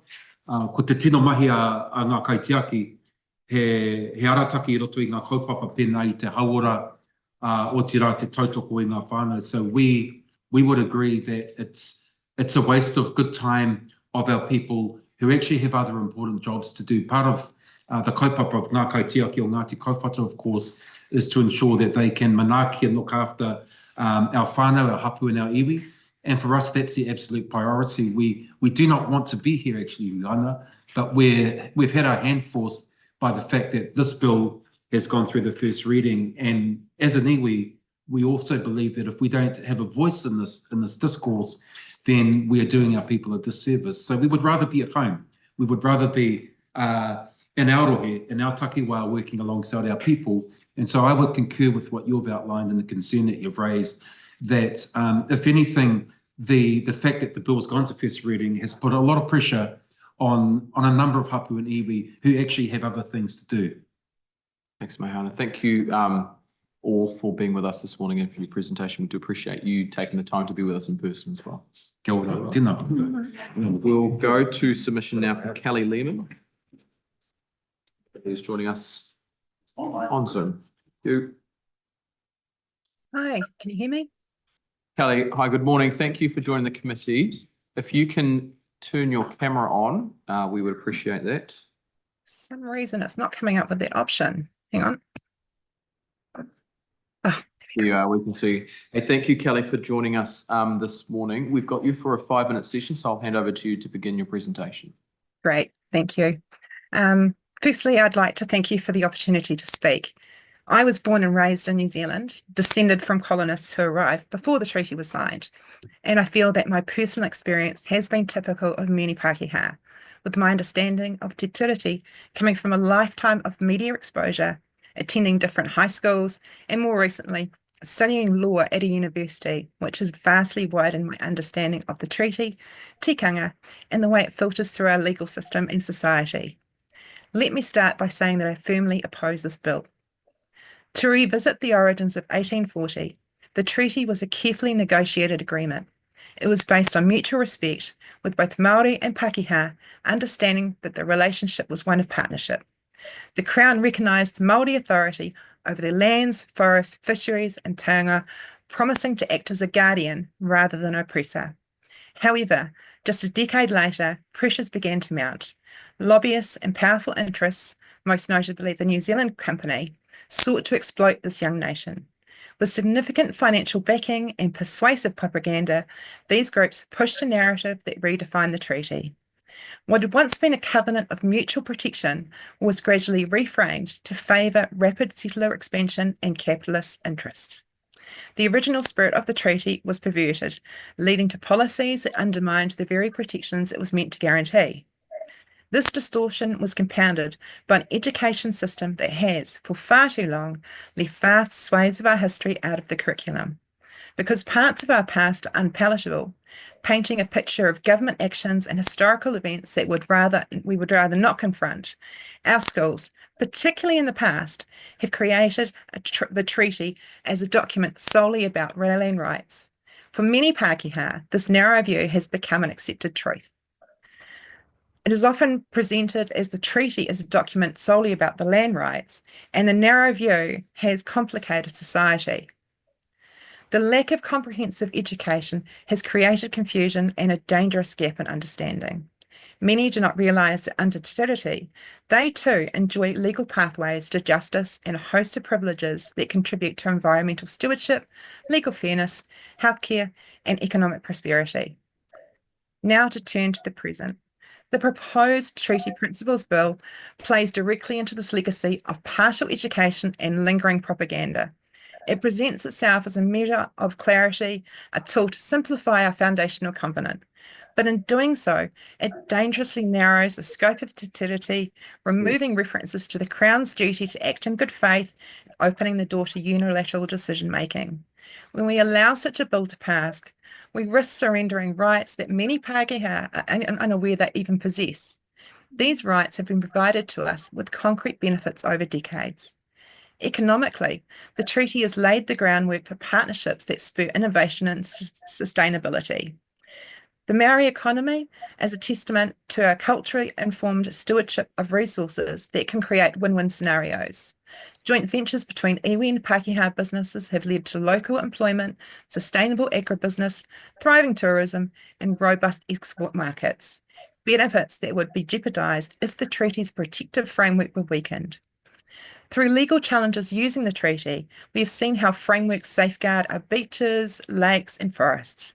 These are not just abstract ideals, they result in cleaner water for our families, sustainable fisheries for our communities, vibrant landscapes that drive our tourism and recreation industries.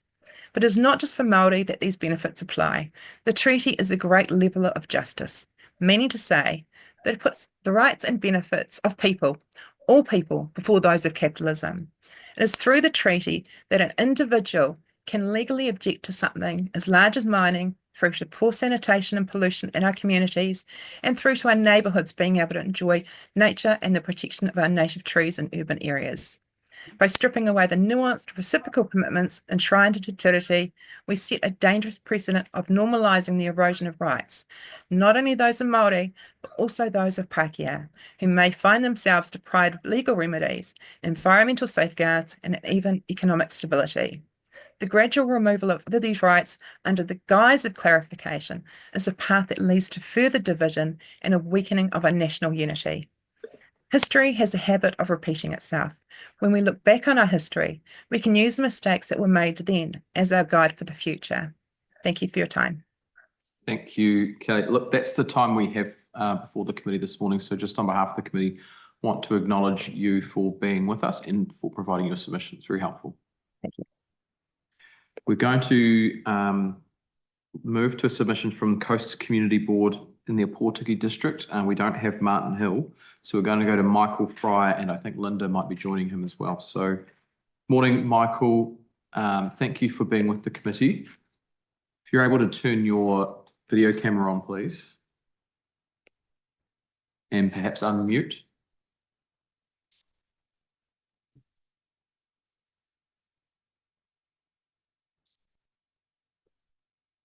Michael, if you can hear us, you'll need to unmute yourself and turn on your video camera.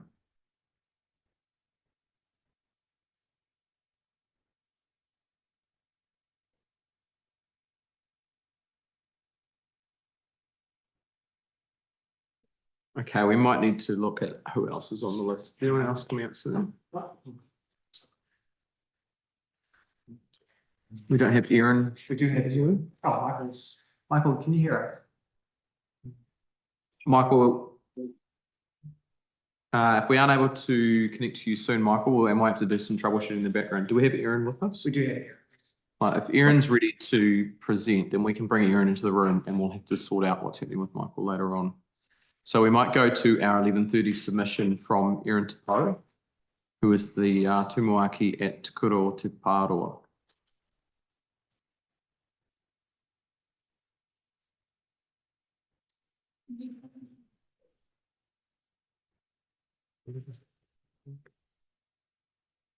We'll just bring Erin into the room. Kia ora, Erin. Thank you for being with us slightly earlier than you may have expected and for jumping up the batting order there. So welcome to the committee. We've got you with us for 10 minutes this morning. So I'll hand over to you to begin your presentation. Tēnā koutou. E noho ana au I te poho tauku wharikuro te Pāroa tōtara. Ko pū tauaki te mauna, ko ōrini te awa whakatere waka. Ko te tokotori o te mauru te papatipu. Ko Erin Te Pau ahau, ko au te tumuaki o te Kuro Te Pāroa, he uri ahau no te waka o Mātātua no Ngāti Awa. I tēnei rā, ka tū au hei mānai mo te Kuro Te Pāroa, hei māngai anō mo nā tamariki o Naianei, mo nā tamariki o te wā kai te haramai. Nō reira, tēnā koutou katoa. This pātere that I just said belongs to Te Kuro Te Pāroa and is sung to acknowledge the significant landmarks that define our place within the landscape. I have used it today to introduce myself and our kura because I am here to speak on behalf of our kura. My name is Erin Te Pau and I am the tumuaki of Te Kuro Te Pāroa. Te Kuro Te Pāroa is a kura mana motuhake, which is a special character school under Section 156 of the Education Act. We reside within the tribal rohe of Ngāti Awa. Ngāti Awa is one of the tribal groups belonging to the Mātātua waka from the Eastern Bay of Plenty near Whakatane. Te Kuro Te Pāroa's special character is teaching and learning with a focus on Ngāti Awatanga.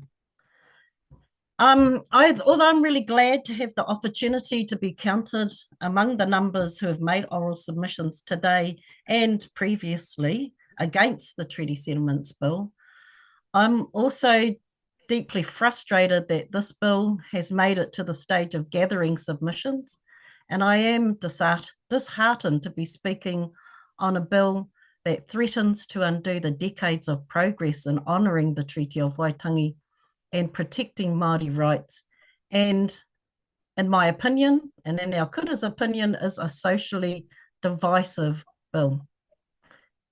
However, I do stand proudly in solidarity with the many respected Māori and tangata tiriti who have already addressed this forum today and previously, and voicing their opposition to the bill. Their concerns reflect the very real and damaging impact this bill will have on the partnership intended by the Treaty of Waitangi. I am here today to add my voice as the voice of Te Kura o Te Pārua to ensure that our concerns are valued and heard. I feel that I'm repeating what others have already offered in these submissions, including the fact that the Treaty of Principles Bill is being promoted as a champion of equality for all New Zealanders. Yet for Māori, true equality has remained elusive. I listened to previous submissions that gave or discussed the way that Māori are overrepresented in Aotearoa's most troubling statistics of incarceration, poor health, unemployment, and welfare dependency. And I also heard, and I support the notion that was put before you, that these are not coincidental, but they're the results of generations of systematic inequalities. Those inequalities are legal, educational, economic, and resource-based, where Māori have been stripped of land and the ability to create wealth. We've talked about how the bill has been purported as helping to encourage equality. I suppose my thinking is that when we talk about equality, we ask, is it the equality of input or the equality of outcomes? And I'd like to now turn more towards an educational perspective. So Māori kura, we need equality of outcomes, because as we've heard from other panelists, and I will support the fact that Māori kura do not receive equality in New Zealand. And to achieve this, we need differentiated inputs. The one-size-fits-all approach does not address the historical and ongoing disparities faced by Māori. True equality means acknowledging past injustices and actively working to remove the systematic barriers that continue to disadvantage Māori in education, health, and economic participation. I offer the following examples of educational inequality experienced by Ngāti Awa. So the history of our kura, Te Kura o Te Pārua, reflects the broader inequalities of Māori across New Zealand.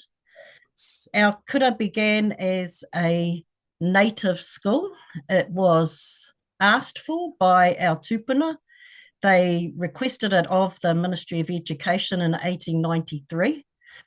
Unlike other state schools that were created at the time, native schools were required to provide 5 acres for the school. They were required to build the school buildings, and they were also required to build the schoolhouse. This was not the same for a state school. And in a time when Ngāti Awa had been the victims, I suppose, of colonisation, we had experienced land confiscation and extreme economic hardship that came with that. They still wanted to build a school so that their descendants could experience equality.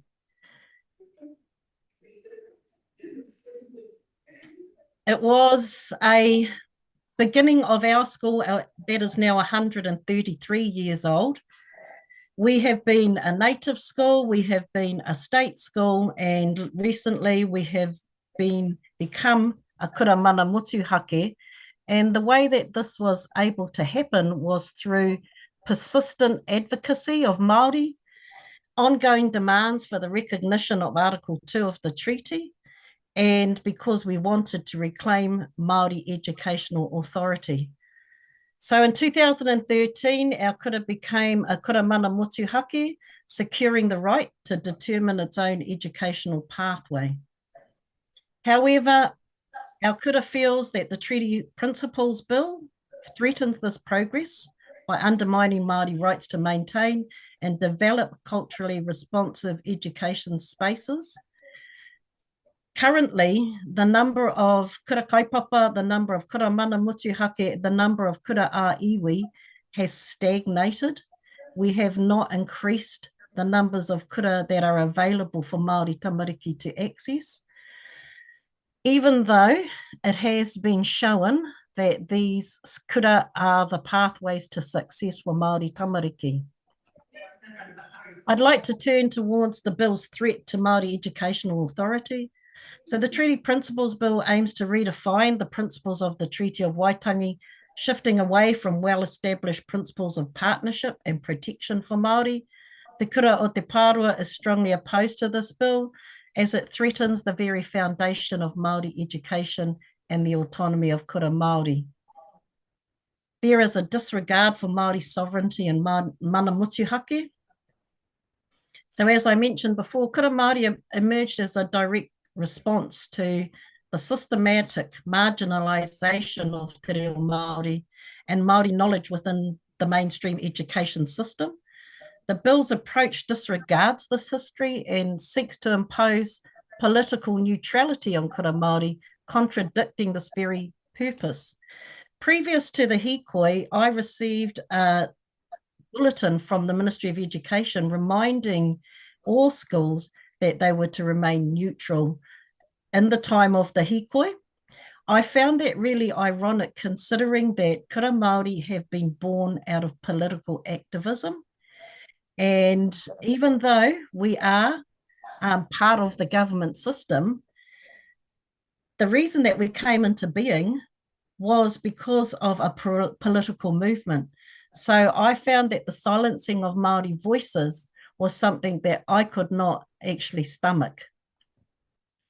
So there is an importance of te reo Māori in education, and this is because of the loss of te reo Māori in New Zealand. So that loss was actually because of the education system. It was not a choice that was made by Māori, it was a consequence of colonial assimilation policies in education. So the survival and the revitalisation of te reo Māori is essential for the survival of the Māori people. Māori parents choose our kura because they want their children to learn in an environment where their identity is celebrated, their language and culture is nurtured, and te reo Māori is important as a vehicle to learning. So the bill's redefinition of the treaty principles threatens the integrity of our kura and the wider Māori education system. There is a contradiction, and I've heard that earlier with Claire Charters. She was talking about Erin, sorry to interrupt, but we'll ask you to bring your submission to a conclusion because we are now over time. So I'll invite you to just provide some closing comments. Okay, so I'd like to also make a support Claire Charters' submission around using the United Nations rights of the Indigenous peoples. I think that that is part of what we need to be supporting in New Zealand. It affirms the rights of Indigenous people.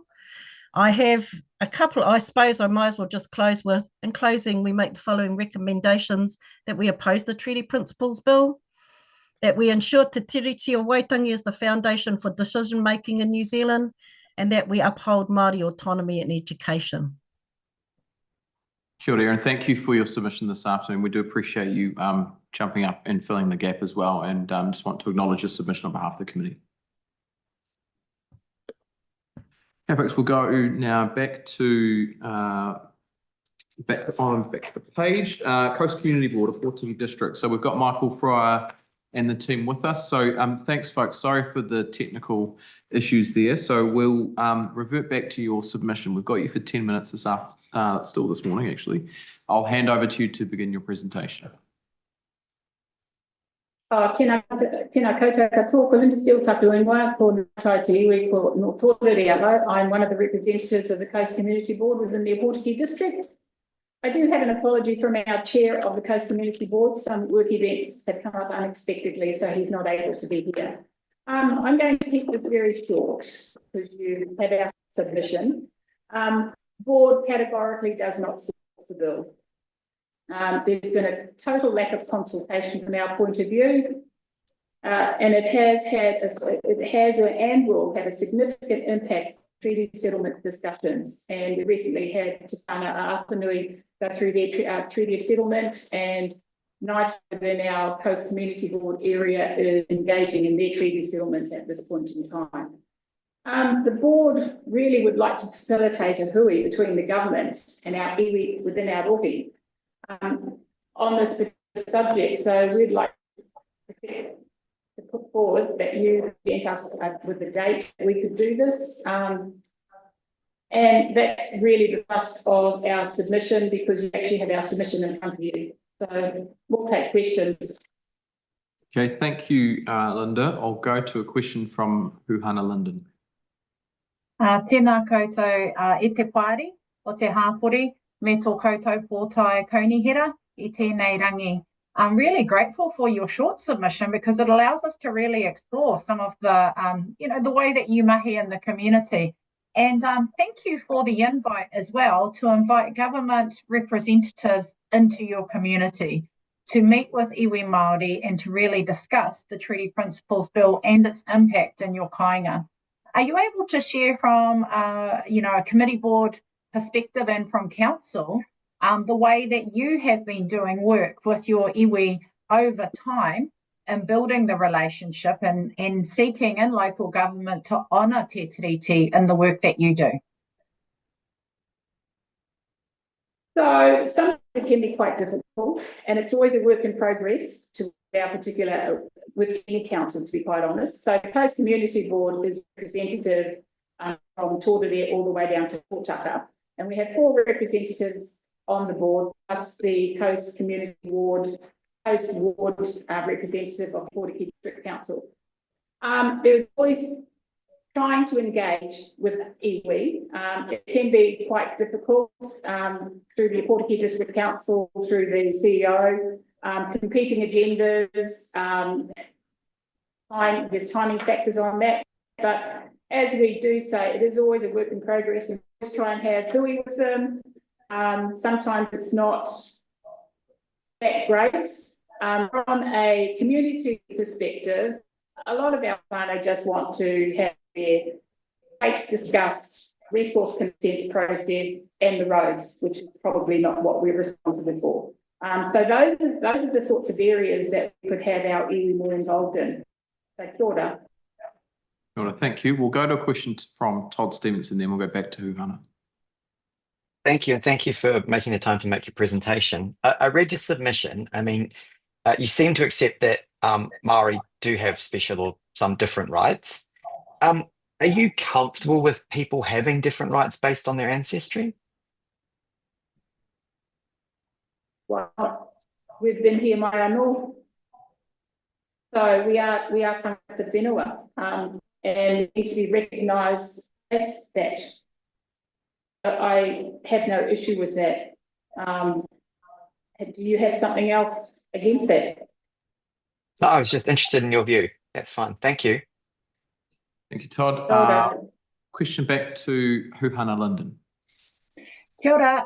I'd really like to talk from a perspective of thinking about engagement with Māori. And we've had submitters earlier who shared, this was last week, who said actually it's really hard for Māori to even partner on things when we don't have the capability and capacity because of the gaps and because of the impact of colonisation.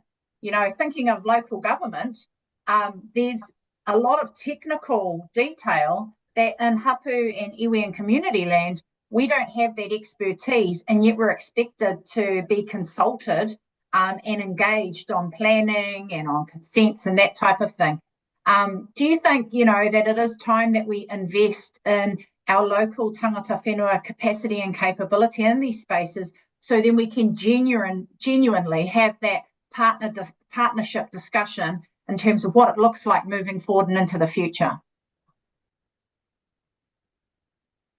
Totally agree. We need more education around the role of our local government, and even what the role of the Coast Community Board is. And so if you don't have that education and our whānau, our community are more vested in trying to put food on the table, as opposed to being involved in representation discussions, whether or not we want Māori wards, whether or not the local government would get into the social side of investment or any of those other issues. So I think we do really need more education. We need our councils, we need people coming out and meeting with us more often, and it's probably part of our role as Coast Community Board as well.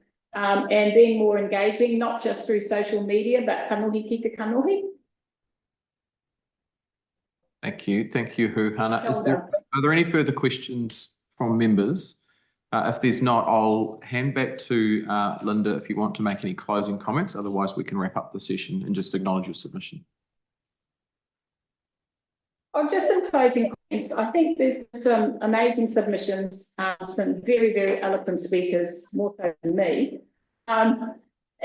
In my view, and this is a personal view, this has been a waste of time, waste of resources, to be quite honest, because with my other portfolio on the social service provider, we could certainly use the money more in that area, and particularly within our Portuguese region, where we're considered to be a deprived area. So this treaty principles bill is actually quite a distraction for us.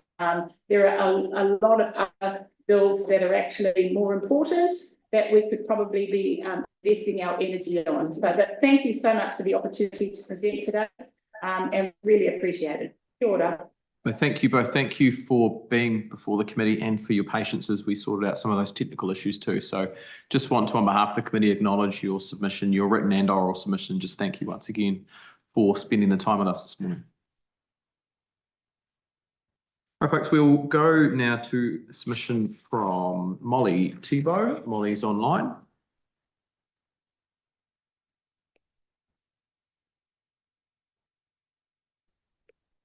Molly, good morning. Thank you for joining the committee. We have you for a 5-minute submission this morning, so I'll hand over to you to begin your presentation. Ngā mihi nui, tēnā koutou katoa. I whānau mai o I Peretania, I tipu ake o I te whenua moemoea, ko Molly toko ingoa, ko tangata tiriti aho. Nō reira, tēnā koutou katoa. Thank you for inviting me to again voice my opposition to this bill today. I stand with iwi, hapu and kaupapa Māori, but I hope that I can bring a different perspective. 2 years ago, I moved from Australia to Aotearoa with my partner and children. My partner is Pākehā and was born here. Before moving, I worked in a university. On issues such as Indigenous data sovereignty, New Zealand was seen as setting the global standard. One of the reasons that we moved here was because we like the strong Māori culture and respect it. I don't think that's always the perception here, but overseas that's a pretty common opinion. I love that my kids are learning te reo and kapahaka at their school. Is it usual to hold these views? Unusual to hold these views? I don't think it is. How a country treats its Indigenous people and its environment matters to a lot of people. I currently work with people from India, the UK, the US, Canada, Australia, various African countries, as well as Māori and Pākehā, who are all passionate about supporting Māori people and helping them thrive. I believe that this bill is already fostering racism in Aotearoa. If passed, it would drive assimilation and undermine Māori people and culture. Some people welcome this, I do not. Trying to water down te tiriti to cater to the insecurities of some Pākehā is pitiful, and it's unworthy of us. We're constantly losing residents to Australia and other countries. It's hard for us to compete on job opportunities, wages, or cost of living. So what can we compete on? Culture and natural beauty are two big things. Māori culture and how that's reflected in the broader culture is a large part of that. Tourism is a major contributor to our GDP.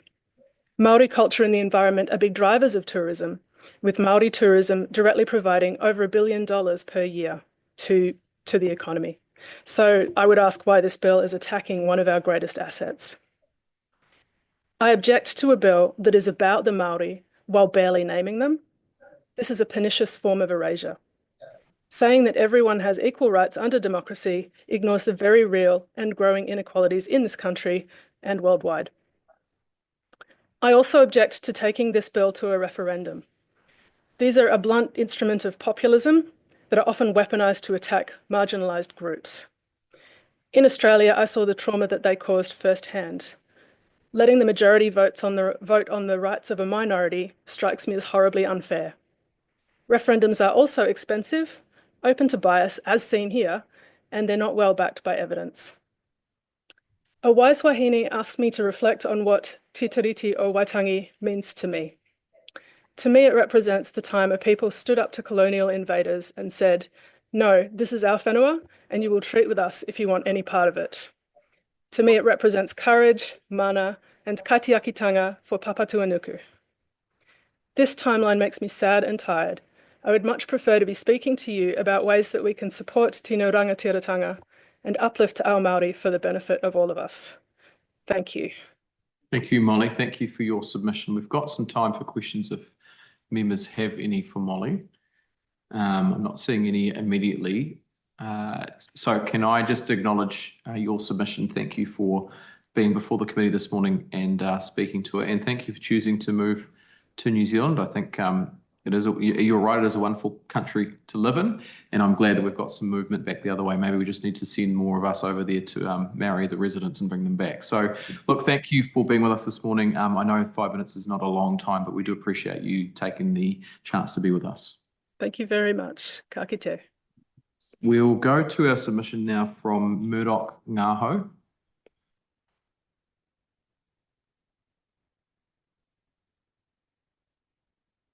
Murdoch, good morning. Thanks for being with the committee. I know you've been online on and off throughout the morning, so thank you for joining us. We've got you for 5 minutes this morning, so I'll hand over to you to begin your presentation. Tēnā koutou e te komiti, o tira tēnā koutou katoa, ko Murdoch Ngaho tōku ingoa, no te whanau apanui Ngāti Awa hoki. Ka nui te mihi atu kia koutou katoa, no reira tēnā koutou.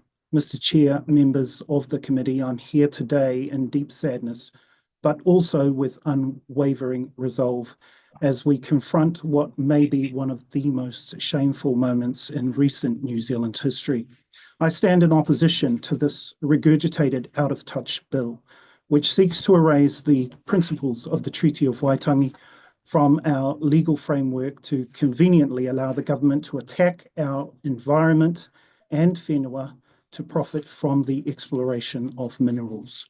Don't be fooled. This bill is an attack on all New Zealanders and the very existence and sovereignty of Māori. Let us be absolutely clear. The Treaty of Waitangi is not an inconvenience to be rewritten or erased to suit a particular political ideology. It is a covenant, a binding agreement between Māori and Crown, a binding agreement that has been violated countless times since its signing in 1840 by the Crown and never Māori. This bill is an act of bad faith, a reckless rejection of New Zealand's own legal, moral, and historical responsibilities. But my concern today is not for the legal ramifications of this bill, it is for every young New Zealander, tamariki, rangatahi, the next generation, who are once again being subjected to the ignorance and vitriol of ill-informed, unqualified public submissions. This bill has given a platform to those who seek to diminish, dehumanize, and erase Māori identity. And every young person across New Zealand who should be growing up in a country that respects its founding document are once again being forced to listen to out-of-touch, pale, stale males dribble their racist rhetoric and anti-Māori sentiment dressed up as policy. Mr. Chair, do you understand the damage being done? Do you understand what it does to a young Māori mind to hear their own history dismissed, their own sovereignty denied, their own future undermined? Do you understand the weight of the intergenerational trauma and how this bill rips open wounds that have barely begun to heal? This harm, or the harm of this bill, will reverberate for years to come. And those of you who support this bill will bear responsibility for that harm. Mr. Chair, a serious question must be asked. If treason is the crime of betraying one's own country, then what do we call a politician who seeks to erase the treaty? The very foundation of this nation's legal and political framework. I also agree with Dame Jenny Shipley, who recently shared this trusted relationship lies in leadership, not law. So what do we call a minister who deliberately incites racial division and seeks to strip Māori of their rights under the law? The promoter of this bill, David Seymour, is not just engaging in political theatre, he is committing an act of betrayal against the very country he claims to serve. He has weaponized misinformation, fueled racial animosity, and pushed legislation that undermines the constitutional integrity of New Zealand. If treason is the deliberate attempt to subvert the legal foundations of a nation, then should we not ask whether David Seymour ought to be charged accordingly? No, Justice we is won't. not No, just no, about sorry, Murdoch. laws on the paper. I'll interrupt you there because we won't be accusing individual members of parliament of committing crimes at this committee. We won't be using parliamentary privilege to do that. I'll allow you to finish off your submission, but please stay away from accusing individuals and members of committing crimes. Certainly. If a leader, if a Māori leader attempted to dismantle the treaty, to strip Pākehā of their legal protections, would they not be met, though, with the full force of the law? Would they not be accused of attempting to destabilise the state? So why should the same standard not apply to David Seymour? If his actions are not treasonous, then what are they? Mr. Chair, members of the committee, I urge you to reject this bill. The Treaty of Waitangi is not negotiable. The rights of Māori are not up for the debate. Ka whawhai tonu mātou, tēnā koutou katoa. Yeah, thank you, Murdoch. That concludes the submission this morning. We're now going to move on to submission from Ngāko Kotahi branch of Māori Women's Welfare League. And I think with us is Grace, who's going to join us in person. Morning, Grace. Thank you for being with the committee. We have you for a short session this morning for 5 minutes, but we are running slightly ahead of time, so we can extend that if we need to, but I'll hand over to you. Kia ora. Ha tēnā koutou, ko Grace O'Leary tōku ingoa, he ere ahau no Ngāpuhi me Te Arawa. Ngāko Kotahi is a senior branch, is a regional branch of the Māori Women's Welfare League based here in Te Whanganui Atara. It is a privilege to represent our 17 members who show up for all wahine Māori and their whānau, those whom the system has failed, society has forgotten, and importantly for our mokopuna, for whom we do everything. The League was established in 1951, an extremely difficult time for Māori in post-war Aotearoa. Essentially, the very reason the League was started was to help our people while they struggled with the effects of colonisation. The fact we still exist today is evidence that the Crown continues to breach Te Tiriti o Waitangi, and Māori people continue to need our support. We understand he mana tō te tāne, he mana anō tō te wahine. The mana of women in balance with the mana of men. This traditional understanding of gender demonstrates an extremely important understanding of people, something I suggest the architect of this bill would do well to research. That is, a person's understanding of who they are is created in relation to others. For people to be equal, as referred to in proposed Principle 3 of the bill, depends on an acknowledgement of the existence of difference. There were two groups of people in this country when Te Tiriti was signed. tangata whenua and tangata tiriti. We are both still here. The statement, everyone is equal, is ideal. However, humans do not behave in equal ways. Equality for all cannot work in our society without some concept akin to that of equity, ensuring fairness. The concept of equality speaks to our sameness, while the concept of equity speaks to our difference. Both are critical to democratic practice. With regard to proposed principles 1 and 2, Māori did not cede sovereignty at the time Te Tiriti was signed, and echoing others, Te Tiriti was an agreement made by two parties, for one party to attempt to unilaterally redefine and reinterpret the agreement without the other is utterly ludicrous. The theme of our submission against the bill was around wahine and tamariki Māori, groups that suffer from some of the worst statistics in Aotearoa society across the board. The status of wahine Māori prior to colonisation was unconscionable to colonial perspectives. And as a result, gradually, their mana motuhake and rangatiratanga has been severely negated. The Mana Wahine inquiry, instigated by the Waitangi Tribunal claim, made by our members in 1993, is a significant process for taking steps in redress and amelioration. This mahi must continue without interference, and any adaptations to the interpretation of Te Tiriti will nullify this process. Further, the consequences of breaches have been passed from wahine Māori to tamariki Māori. Their statistics are just as shocking, and they too deserve imminent redress and transformational change.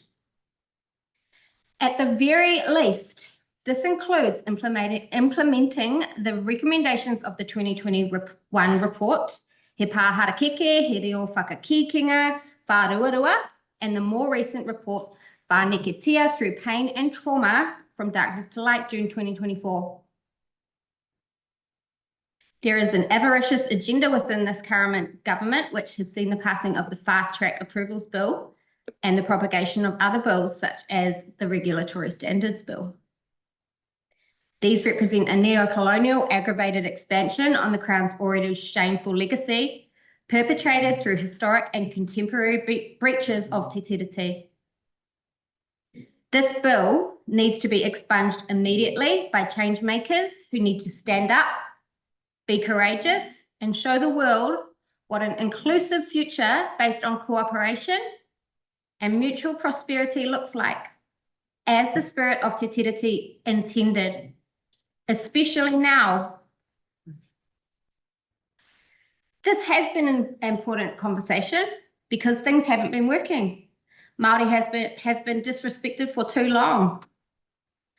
But even once we do get through the breaches, begin to understand sameness and difference, even approach intersectionality, we have a way to go before we get to dismantling the harmful structures that have got us here and achieve transformational change.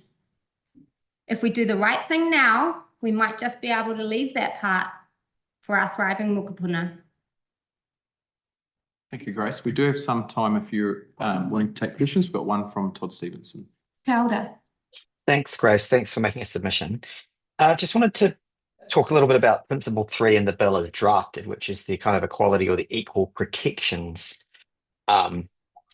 principle. Do you think it is important, though, for people, whether you're a man, a woman, Maori, non-Maori, children, whatever, to have equal protections before the law?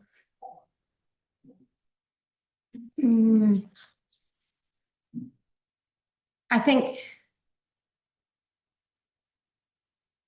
the law should just stay the same as it is. Like, we should just, nothing needs to change under Te Tiriti.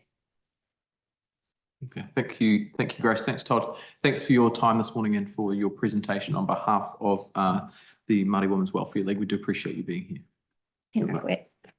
Going to have our submission now from Te Mana Kuratahi Trust, and joining us online will be, is it Karine Oterini and Jack Temoana.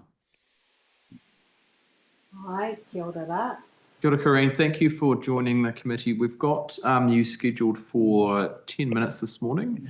I'm not sure if Jack is joining as well. He's on his way in, but I'll hand over to you to begin your presentation while he comes in. Yep. Kia ora, Jack. Just gotta get this.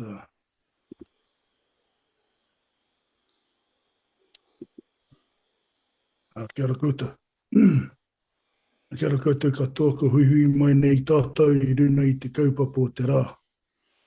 Anō reira, tū mai rā I te puhi āriki, e nā wai hono I te pō, tō mana, tō ihi, tō wehi, e heke mai I te kāhui āriki. Tū mai taku ihi, taku wehi, taku whakatike tike. O ti rā ki te whare kāhui āriki nui tonu, pai mārire. Aka tani tonu rā ki tō tātou kīni, kia kīni tuhei tia pōtatau te whero te tuawhitu. Koutou ko nā mate, huhua o te wā, o tēnā mauna, o tēnā hapu, o tēnā iwi, o tēnā rohe.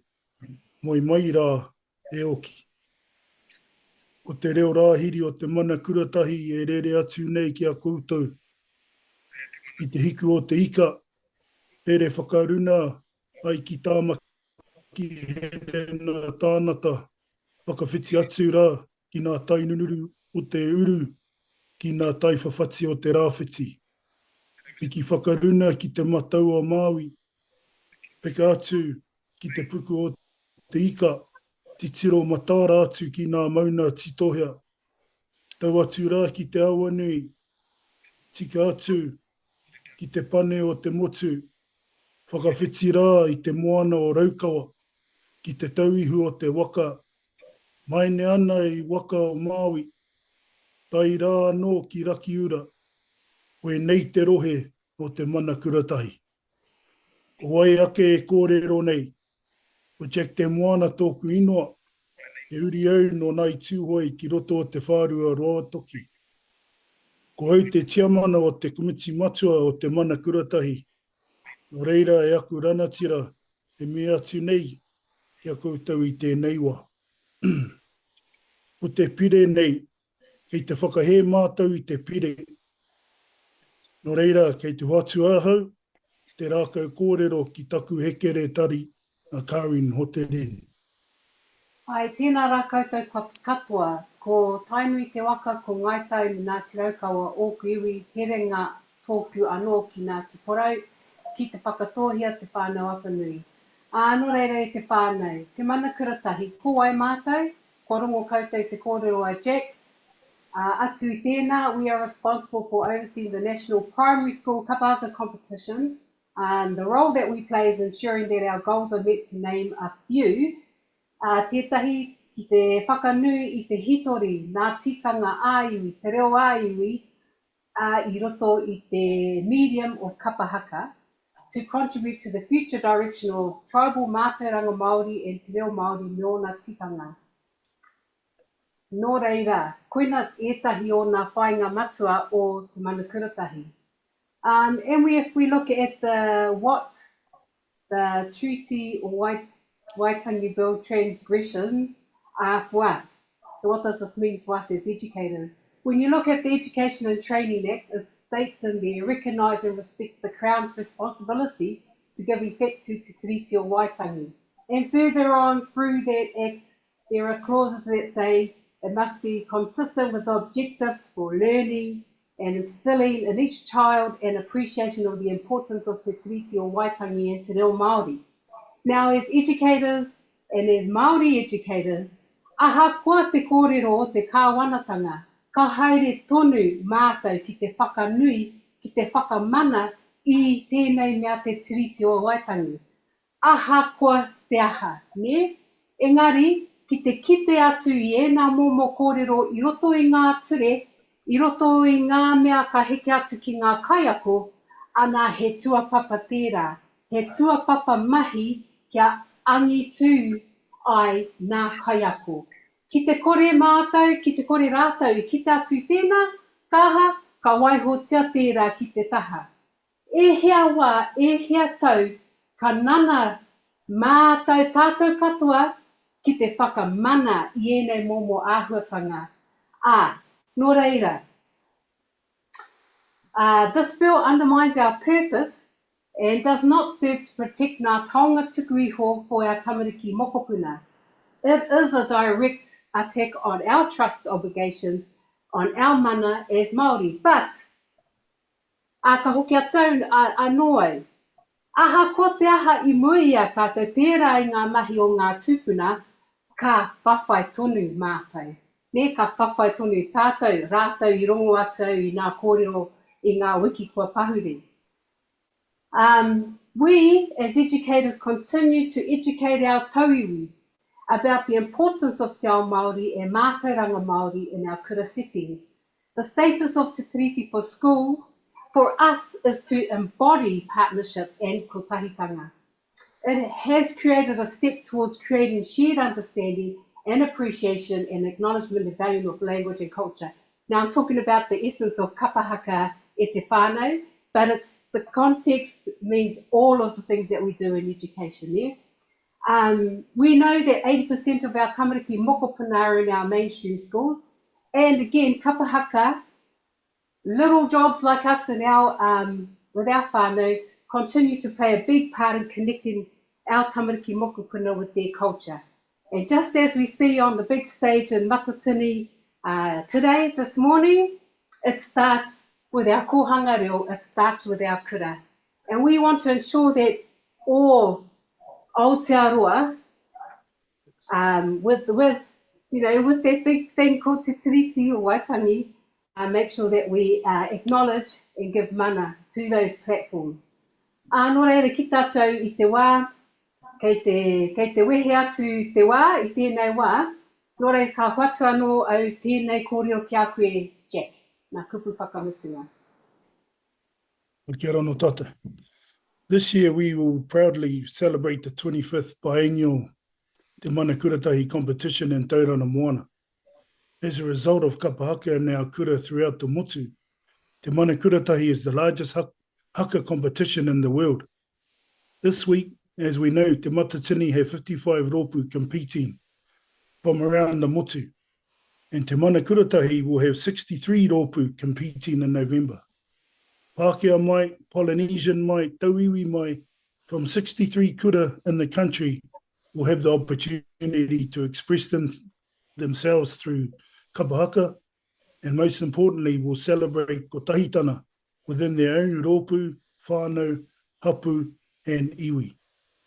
Te Mana Kuratahi supports the findings that this bill constitutes multiple breaches of Te Tiriti o Waitangi, and that the policy rationale is flawed and grossly misinterprets the spirit of Te Tiriti o Waitangi. Kapahaka is the vessel that carries the hopes and dreams of our tūpuna, whānau, iwi, hapu, and hapuri. It also enables our tamariki to shine and to portray the teachings and the reo of our tūpuna in our modern age. Nō reira e kare mā, tēnā koutou katoa. Kia ora, Jack. Kia ora, Karin. We've got time for a question or two. I'll start with Todd Stevenson. Thank you both. Thank you for being here and presenting. It seems that education is a real focus and passion for both of you. So would you support government policies that actually allow more Māori-led educational opportunities or institutions?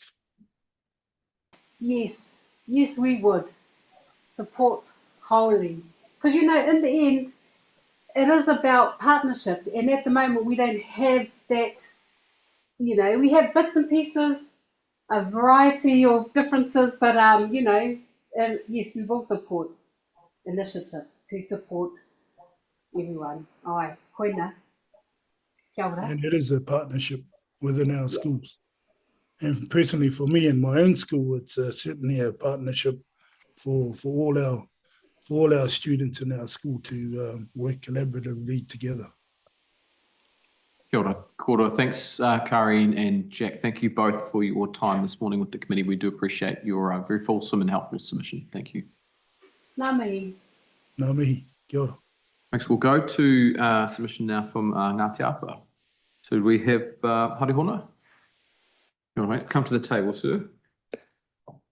So thank you for being with us. We've got you with us for 5 minutes this morning, so I'll hand over to you to present as you like. Council, thank you very much. I know I said that my email, I just got the email like last week, and I filled out this submission on my phone, and I just figured out what I wrote pretty much last week, and that's all I really need to say. So I'm just gonna say it again and then make my way home. That's good, no problem. Kia ora whānau.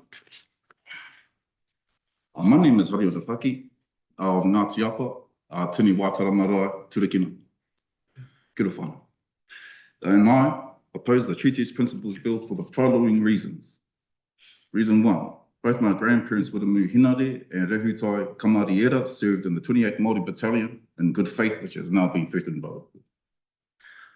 Reason 2, I, Mike 101, veteran H.M. Taki, also served in the 1st Royal New Zealand Infantry Regiment, completing Operation Rada 5, Solomon Islands in 06, Operation Crib 12, Afghanistan 2008, and then Operation Crib 19, Afghanistan again, 2011 to 2012, in good faith, which has now been threatened by the bill. Reason 3, Corporal Douglas Hughes, Corporal Luke Tamatia, paid the ultimate sacrifice in good faith. And many other veterans, including those still currently serving, despite the current circumstances. It must be really awkward in the full stop.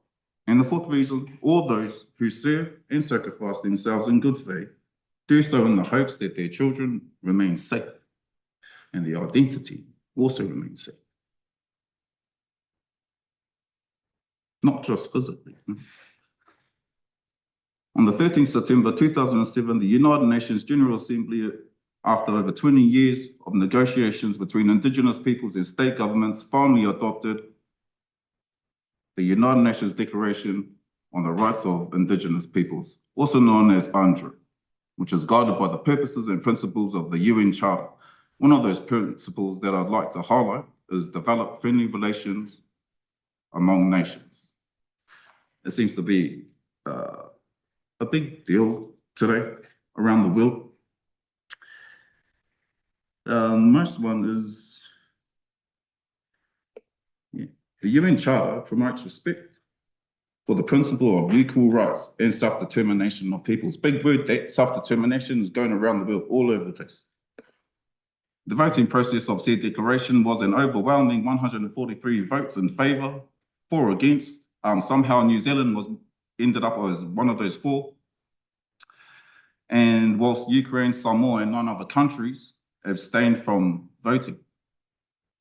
The reason why I'm saying this is just to express the significance of the materials from which I sourced this information from. And although New Zealand voted against said declaration, it doesn't diminish the 143 state leaders that voted in favour of said declaration.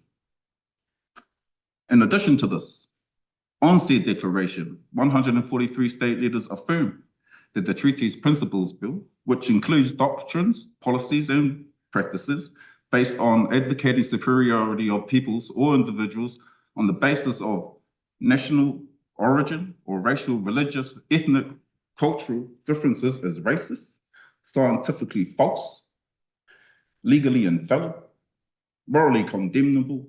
I'm not saying this, I didn't write this, like it was on there, okay? I didn't say this. And socially unjust.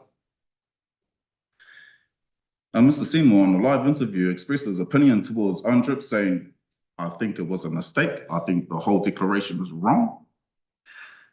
And with this statement, I felt a grip around my children's necks, which is why I'm sitting here. And why I believe in this and what's at stake if I lose.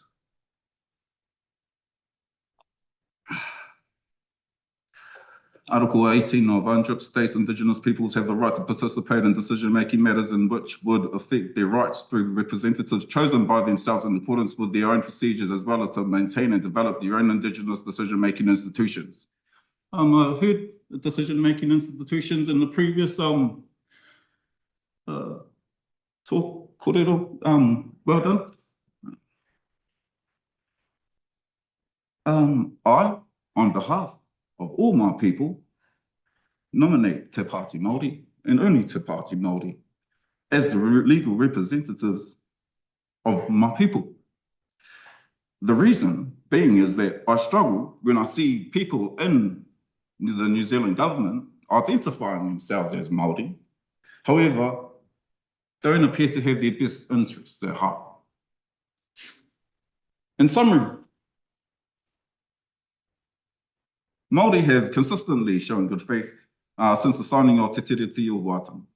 They deployed to World War II to protect our Pākehā who we considered whānau. We've never declared civil war, regardless of how many times we've been provoked throughout history, even today. And our people still continue to serve and make up a large majority of the New Zealand Defence Force.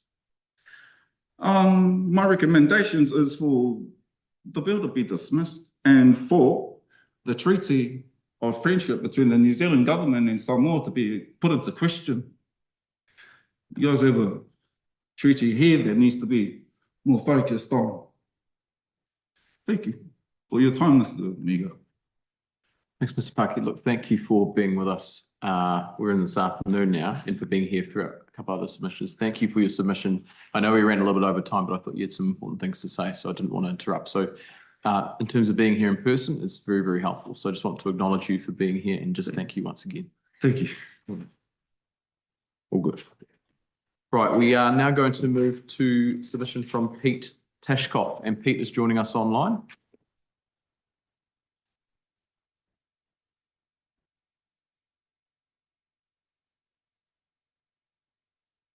Pete, thank you for being with us. Now, you're sharing a PowerPoint with us, so we might not be able to see you when you're speaking, but I'll hand over to you for the next 5 minutes for your submission.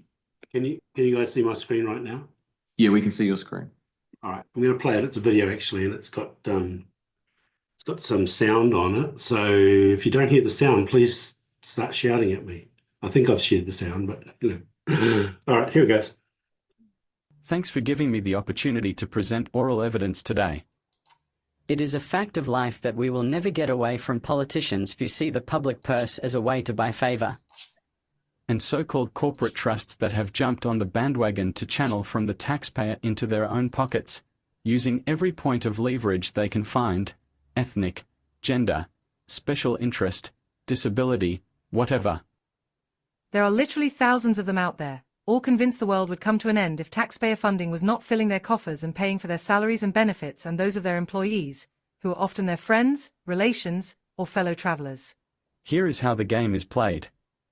You might think this trust actually has community support, but most of the yellow line for so-called donations and fundraising, about 200,000, comes from other funding bodies, like ACC, councils, and the Lottery Board. Only a small amount is actual donations and fundraising. But the real payoff, about 900,000, comes in government contracts, taxpayer pork rolled out to thousands of NZ trusts on a yearly basis, fattening salaries, and employing friends and family. Maori did not invent the corporate trust phenomenon, nor did we invent the methodology of leveraging any possible points of difference to channel funds our way. We are just learning from our dear friends that paved the road before us. So, when you target the treaty because you are upset at Maori corporate trusts, you are barking up the wrong tree. It is not a treaty issue, and it is not a Maori issue. It is an issue of the vast taxpayer funds that are supporting the corporate trust industry in New Zealand. As long as you are focused on the wrong problem, you are going to find no solutions. My second point is that not only is it the wrong focus, but it just isn't going to fly. Once upon a time when New Zealand was at the bottom of the world, out of sight, and out of mind, we could get away with the most egregious laws. That is no longer the case. Nowadays, Maori are educated, and New Zealand can no longer hide from the world. Let's look at the reasons this proposed law is just plain wrong. First up, it is a myth that treaty provides Maori with more rights than other New Zealanders. We have the same rights as every other New Zealander, and specifically, that includes the right to have our contracts honoured, according to the rule of law. The treaty is a contract, and if people are telling you any differently, refer back to Prendergast 1877. That kind of disinformation is not going to fly in 2025.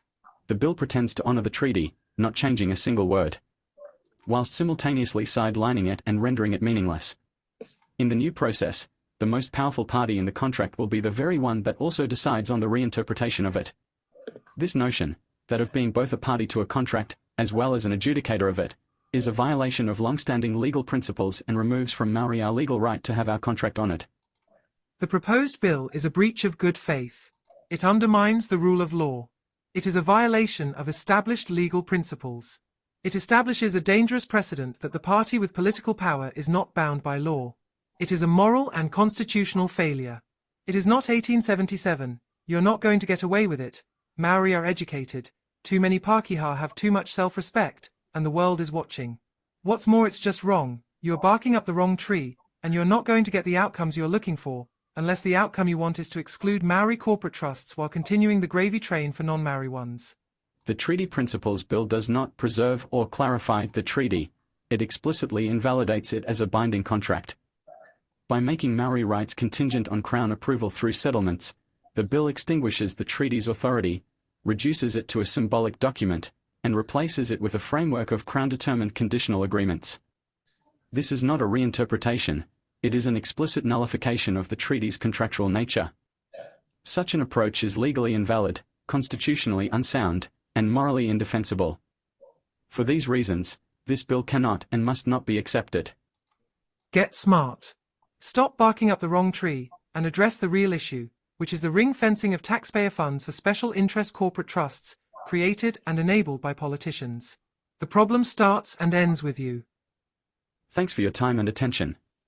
Good luck, and thank you all for your service. Okay. That plus my submission summarises what I wanted to say. I take it my submission is taken as read because that's what the email said. Does anyone have any questions? Thank you, Peter. That's the 5-minute session that we have this afternoon, so there unfortunately isn't any time for questions, but we do appreciate you being with us and for providing that presentation. It's certainly something that we haven't had today or before, so it was very interesting, very helpful, so thank you. Thank you very much, all of you. Good day. Right, we'll go to our next submission from, actually, Peter Green is not with us. So do we have Te Puke Māori Women's Welfare League? We do. So I'd like to invite Sandra Portaka to join us. Kia ora, Sandra. Thank you for being with us this afternoon. The committee has you before us for 10 minutes this afternoon, so I'm going to invite you to begin your presentation. Kia ora. So, my name is Sandra Portaka. I'm the president of Te Puke Māori Women's Welfare League, which is based in Te Puke in the Western Bay of Plenty. We have approximately 30 financial members, and we serve our communities in Te Puke and Matata. We're affiliated to the national body of Te Rōpū Wāhine Māori Toku i Te Ora, also known as the Māori Women's Welfare League, and I'll just talk to it as the league. We'll be here all day. So thank you for the opportunity to share our kōrero with you today. So as a bit of background about the Māori Women's Welfare League, which you may or may not know, it was established in 1951 to support wahine Māori and their whānau in post-war Aotearoa. So following the ravages of the World Wars, the Depression in the 1930s, poor health and a lack of education, employment and opportunities, the League was formed to support each other. We continue almost 75 years later with that same mahi. So the majority of us are volunteers. We work in different sectors, but our mahi as the League is generally a volunteer sector. Our Te Puke branch of the League opposes the Treaty of Principles Bill 2024. It's fairly simple for us. It's about the continuous breaches of the contractual arrangement between the Crown and the hapu of Aotearoa. So they continue to plague our whānau, and as Māori, we believe the bill further marginalises our Māori identity and the ability to exercise our customary and citizenship rights as a party to Te Tiriti. So we are a crown construct and we understand that, but our members are members of whānau and hapu.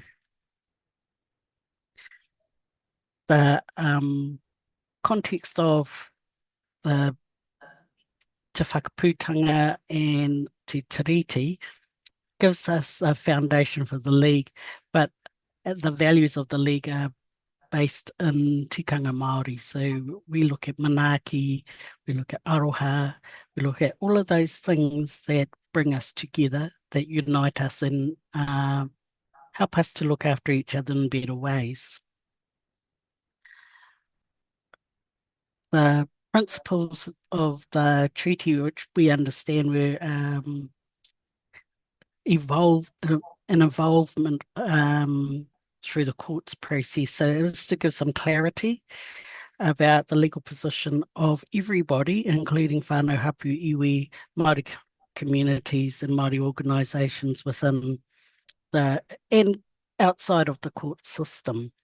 And it's also been a way that we've worked on our treaty claims and our treaty settlements. We believe that Te Tiriti has guaranteed us all the same rights. So the concept of one nation. What we feel about this proposed legislation is that it's developed through a lack of education and a poor understanding of Te Tiriti and where it fits in our social, cultural and economic environment, and that it doesn't appear to be consistent with the constitutional framework we've developed over time as a country, as a nation. So we don't believe that having this kind of legislation advances us as a nation, and that it adversely affects our relationship within Aotearoa, New Zealand and overseas.